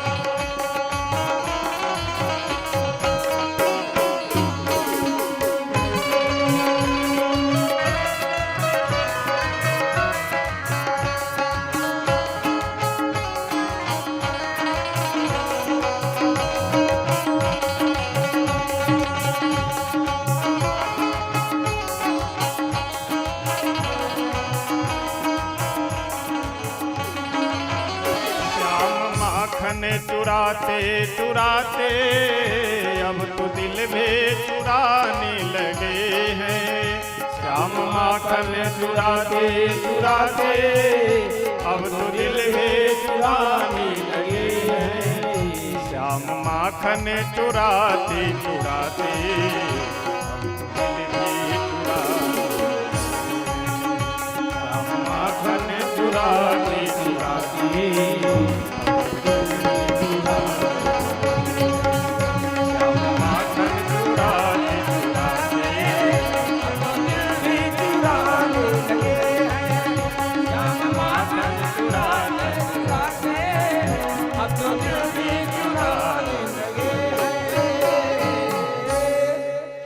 हमारे माखन चोरी की लीला का एक भजन हमारे व्यास जी आप सबको श्रवण कराएंगे। इसी के बाद फिर अपने वाणी को विराम देंगे। प्रेम से आप सब खड़े नहीं रहिए, आप सब यथास्थान बैठ जाइए तब सही रहेगा, क्योंकि खड़े हो जाने के बाद फिर अव्यवस्था फैल जाती है। तो इसलिए आप सब यथास्थान बैठ जाइए और प्रेम से आनंद लीजिए।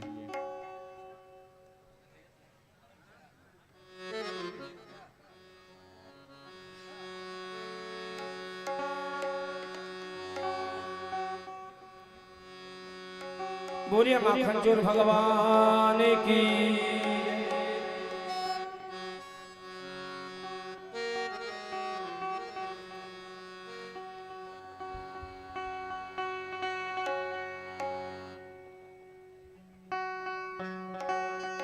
कन्हैया गोपाल देखिए, जो गोपाल है, जो ग्वाल है नीचे ना नृत्य करने के लिए जो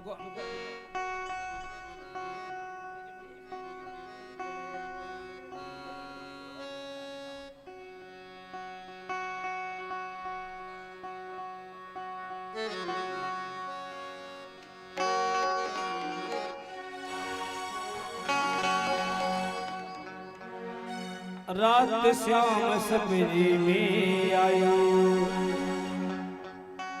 इन गोपालों को नीचे भेजिए नृत्य करने के लिए।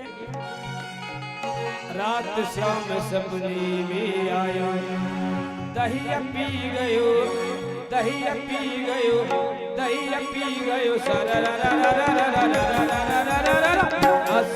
सपने में आयो, श्याम सपने में आयो, दहिया पी गयो, दहिया पी गयो, दहिया पी गयो, श्याम सपने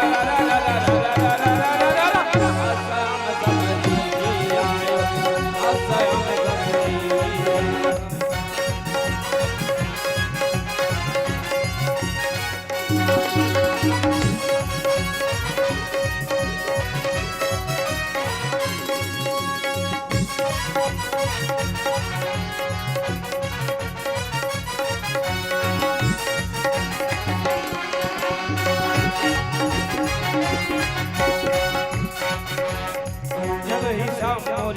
कन्हैया जी को ऊपर रहने दीजिए, ग्वाल वाल को नीचे चलिए, ग्वाल वाल को नीचे चलिए। जब ही सामोरी मैया पकड़ी, मैया पकड़ी, मैया पकड़ी, मैया पकड़ी, मैया पकड़ी, नीचे नीचे नीचे चले कर गई, मैया कर गई, मैया कर गई, श्याम सपने में आयो, श्याम सपने में आयो, दहिया पी गयो, दहिया पी गयो, दहिया पी गयो, श्याम सपने में आयो, श्याम सपने में आयो।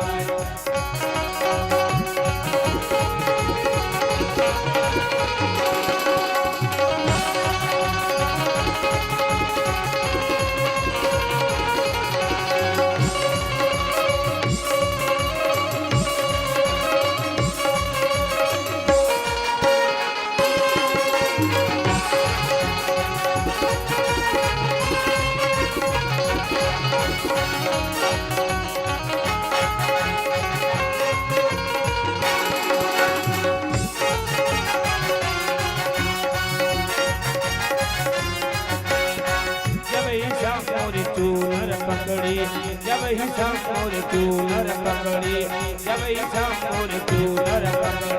चूनरी उड़ गई, चूनर उड़ गई, चूनर उड़ गई, श्याम सपने में आयो, श्याम सपने में आयो, दहिया पी गयो, दहिया पी गयो, दहिया पी गयो, श्याम सपने गयो,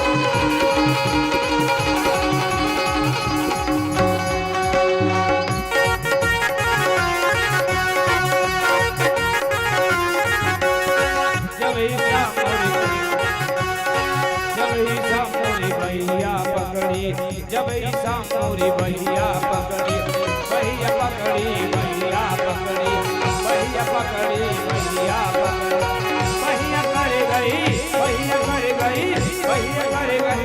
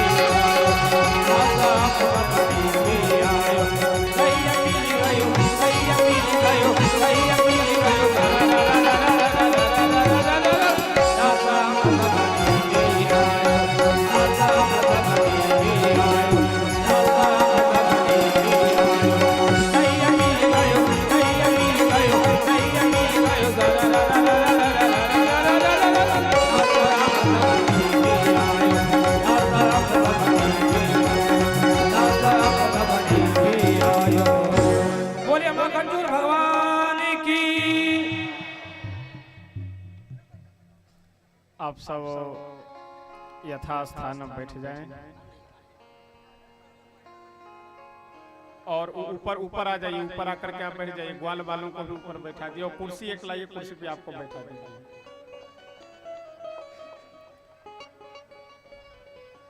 हम सब समय समापन की ओर हो चुका है।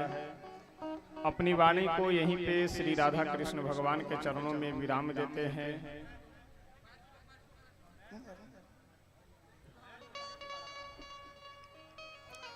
श्री राधा कृष्ण भगवान के चरणों में विराम देते हैं और अपने मन को उन्हीं के चरणों में लगा करके प्रेम से स्तुति करते हैं। फिर संकीर्तन करेंगे। हम सब बड़े ही सौभाग्यशाली हैं कि आज पंचम दिवस की कथा के समापन की बेला में माखन चोरी की लीला हम सब श्रवण भी किए और दर्शन भी कर रहे हैं लीला का। यह विशेष सौभाग्य की बात है हम लोगों के लिए। प्रेम से आइए स्तुति करते हैं, उसके बाद भगवान नाम संकीर्तन करेंगे। शरण में आए हैं हम तुम्हारी, दया करो हे दयालु भगवान। शरण में आए हैं हम तुम्हारी, दया करो हे दयालु भगवान। सुधारो बिगड़ी दशा हमारी, दया करो हे दयालु भगवान। सुधारो बिगड़ी दशा हमारी, दया करो हे दयालु भगवान। शरण में आए हमारी, दया करो हे दयालु भगवान। शरण में आए हम तुम्हारी, दया करो हे दयालु भगवान।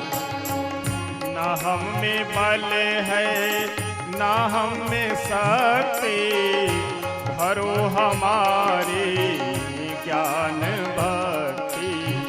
ना हम में बल है ना हम में शक्ति, भरो हमारी ज्ञान भक्ति।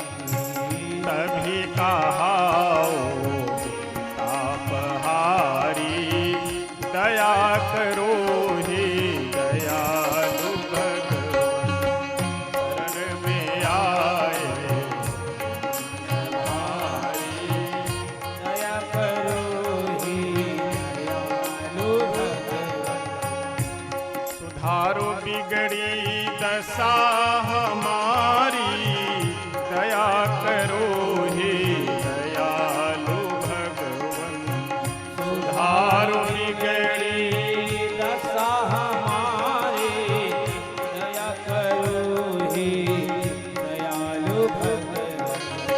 शरण में आए हम तुम्हारी, दया करो ही दयालु भगवान।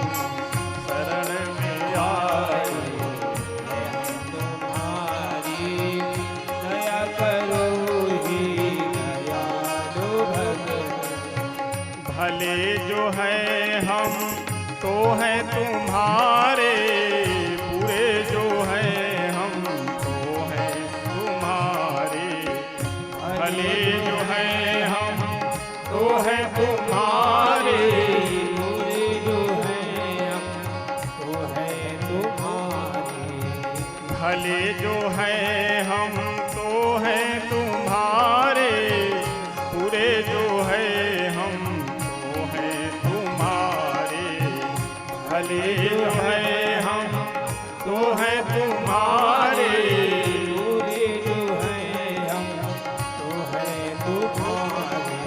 ये तुम्हारे होकर हो हम दुखारी, दया करो ही दयालु भगवान। तुम्हारे होकर हो हम दुखारी, दया करो ही दयालु भगवान। शरण में आए हम तुम्हारी, दया करो ही दयालु भगवान। शरण में आए तुम्हारी, दया करो ही दयालु भगवान। सुधारो बिगड़े दशा हमारी, दया करो ही दयालु भगवान। सुधारो बिगड़े दशा हमारी, दया करो ही दयालु भगवान। शरण में आए हम तुम्हारी, दया करो ही दयालु भगवान।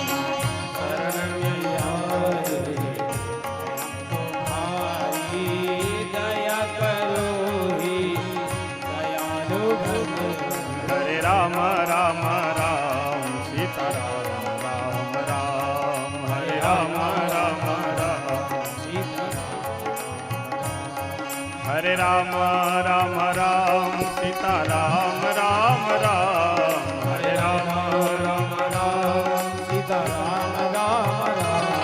हरे राम राम राम सीता राम राम राम। हरे राम राम राम सीता राम राम राम, हरे राम राम राम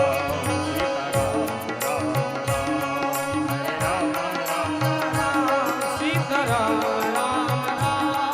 हरे राम राम राम सीता राम राम राम, हरे राम राम राम सीता राम राम राम, सीता राम राम राम, सीता राम राम राम।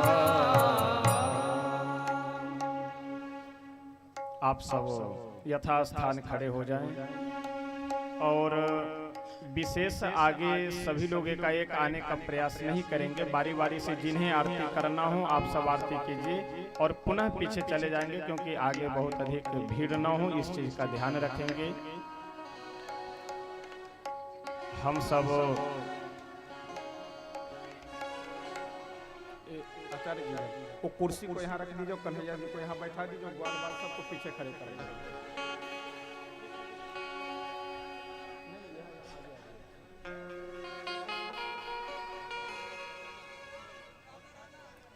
हम सब बहुत सौभाग्यशाली हैं कि इस श्री विष्णु महायज्ञ में परम ऋषिवर श्री भृगु जी महाराज के क्षेत्र में श्री विष्णु महायज्ञ के उपलक्ष्य में यहाँ उपस्थित होकर के हम सब कथा श्रवण का लाभ ले रहे हैं। मैं निवेदन यह करूंगा कि आप सब जितने भी भक्त यहाँ आए हैं लगभग सभी आप मंडप की परिक्रमा करते ही होंगे। परिक्रमा करने से पैर से किए हुए अपराध दूर होते हैं, और भगवान की सेवा मानी जाती है। तो इसलिए आप सब आए, परिक्रमा करें। और कई बार मैं देखता हूँ लोगों को इस परिक्षेत्र में गुटखा वगैरह खा करके पुड़िया फेंक देते हैं। तो कम से कम प्रयास यह कीजिए कि इस यज्ञ परिसर को स्वच्छ रखा जाए और जितनी अधिक से अधिक हो सके आप सब सेवा कीजिए, पुण्य लाभ प्राप्त करें। और अधिक से अधिक जितना समय हो, जितनी शक्ति हो, जितनी सामर्थ्य हो, उतना आप यज्ञ मंडप की परिक्रमा करें। पुनः हम सब यहाँ कल उपस्थित होकर के कथा श्रवण करेंगे। तब तक आइए प्रेम से हम सभी भक्त आरती करते हैं। आप सब में से जिन जिन को आरती करनी हो आप सब आएंगे आरती करके और फिर यथास्थान जा करके अपने खड़े हो जाएंगे। तो इसलिए इस भरोसे में कोई भी ना रहे कि हमें कोई कहे कि चल करके आरती कीजिए तब हम चलकर आरती करेंगे। जिन किसी की भी इच्छा हो आप व्यास गद्दी से आमंत्रित है, आप आकर के आरती कर सकते हैं और फिर यथास्थान अपने खड़े हो जाएंगे। आइए हम सब प्रेम से आरती करते हैं।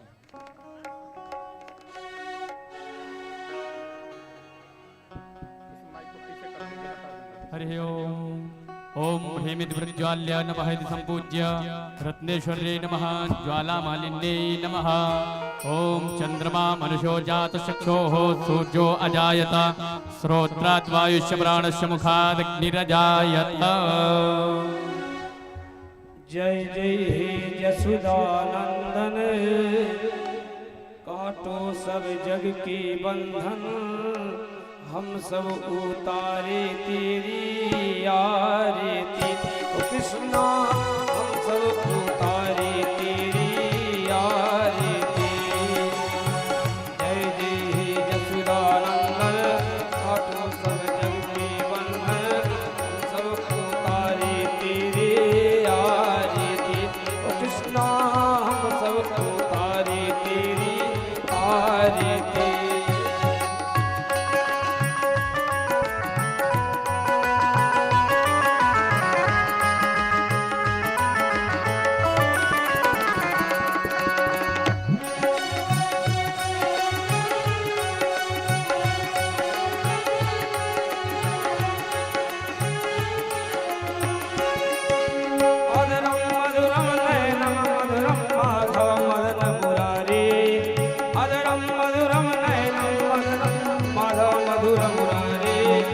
रसिक जनों के परत पावड़े ओ मेरे बनवारे, रसिक जनों के परत पावड़े ओ मेरे बनवा। जय जय जय जय हे नाथ नथैया, जय जय हे कृष्ण कन्हैया, तारे तेरे आरती। ओ कृष्णा हम सबको तारे तेरे आरती।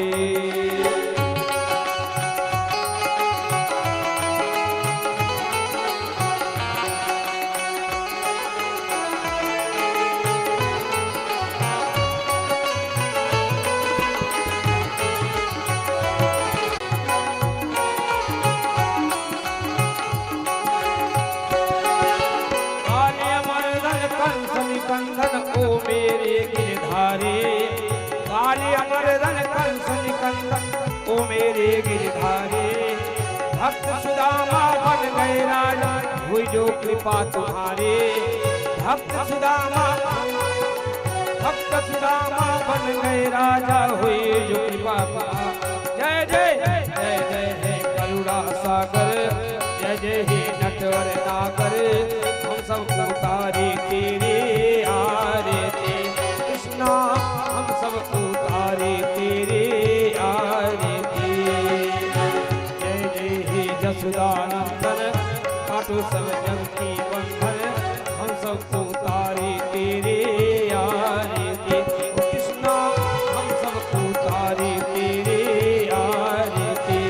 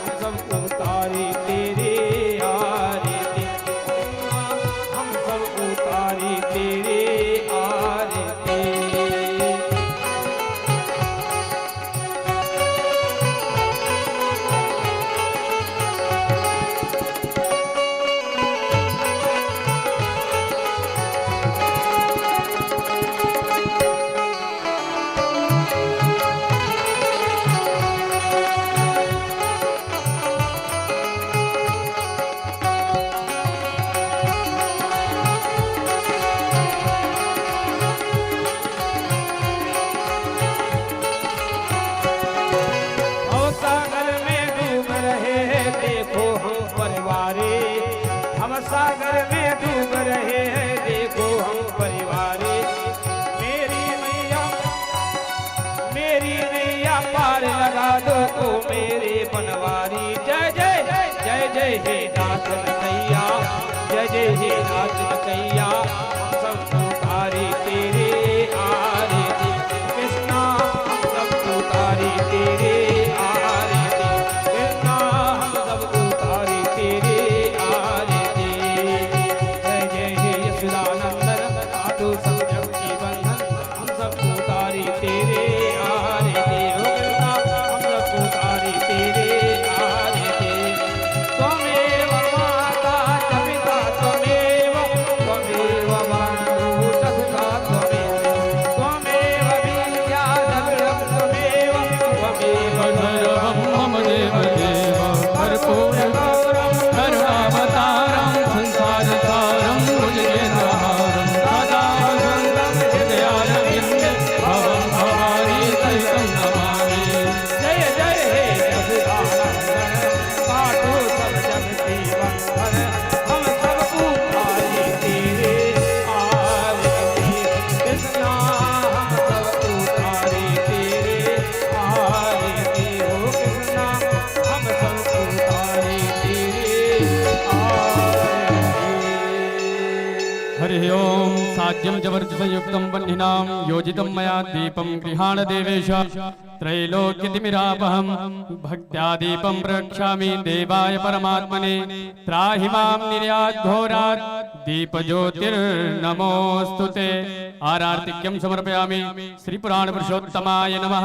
जलेन शीतलीकरणं पुष्पैः देवता अभिवन्दनं हस्तैः देवता अभिवन्दनं श्व आत्मकल्याणार्थे आत्माभिवन्दनं। हस्तौ प्रक्षाल्य पूर्वक हस्ते पुष्पाण्यादाय प्रार्थयेत। हरिः ओम ओम यज्ञेन यज्ञमयजन्त देवास्तानि धर्माणि प्रथमान्यासन्न ते हनाकं महिमानः शचन्त यत्र पूर्वे साध्याः सन्ति देवाः। ओम देवक्या पालितो गर्भे लालितो के यशोदया यशोदयाय युते बालो गोपालो रमतां हृदि कृष्णाय वासुदेवाय हरये परमात्मने प्रणतः क्लेशनाशाय श्री गोविंदाय नमो नमः। मालती मल्लिका जाति शतपत्रादि संयुतां पुष्पांजलिर्गृहाणेश तव पादयुगार्पितम्। श्री पुराण पुरुषोत्तमाय नमो नमः।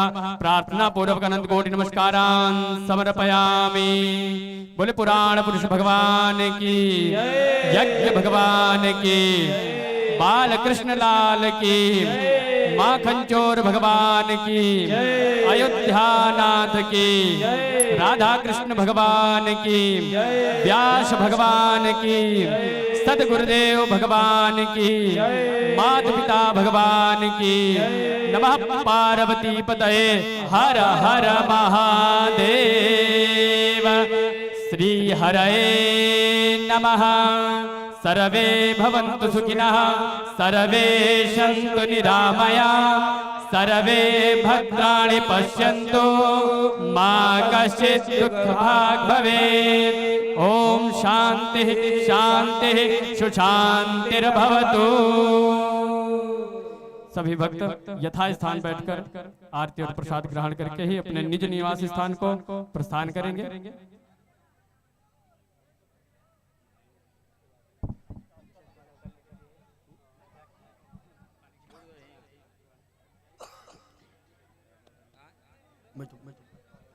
बोले भागवत भगवान की, बोले यज्ञ नारायण भगवान की, बोले लक्ष्मी नारायण भगवान की, बोले भागवत भगवान की, बोले संत समाज की, बोले सत्य सनातन वैदिक धर्म की, बोले सत्य सनातन वैदिक धर्म की। श्री महाराज की, श्री महाराज की, आज के आनंद की, आज के आनंद की, ग्राम वासियों की, क्षेत्र वासियों की, नगर निवासियों की, यजमान देव की, उनके सकल परिवार की, सभी भक्तजनों की, यहाँ पर आने वालों की, यहाँ पर ना आने वालों की, धर्म की,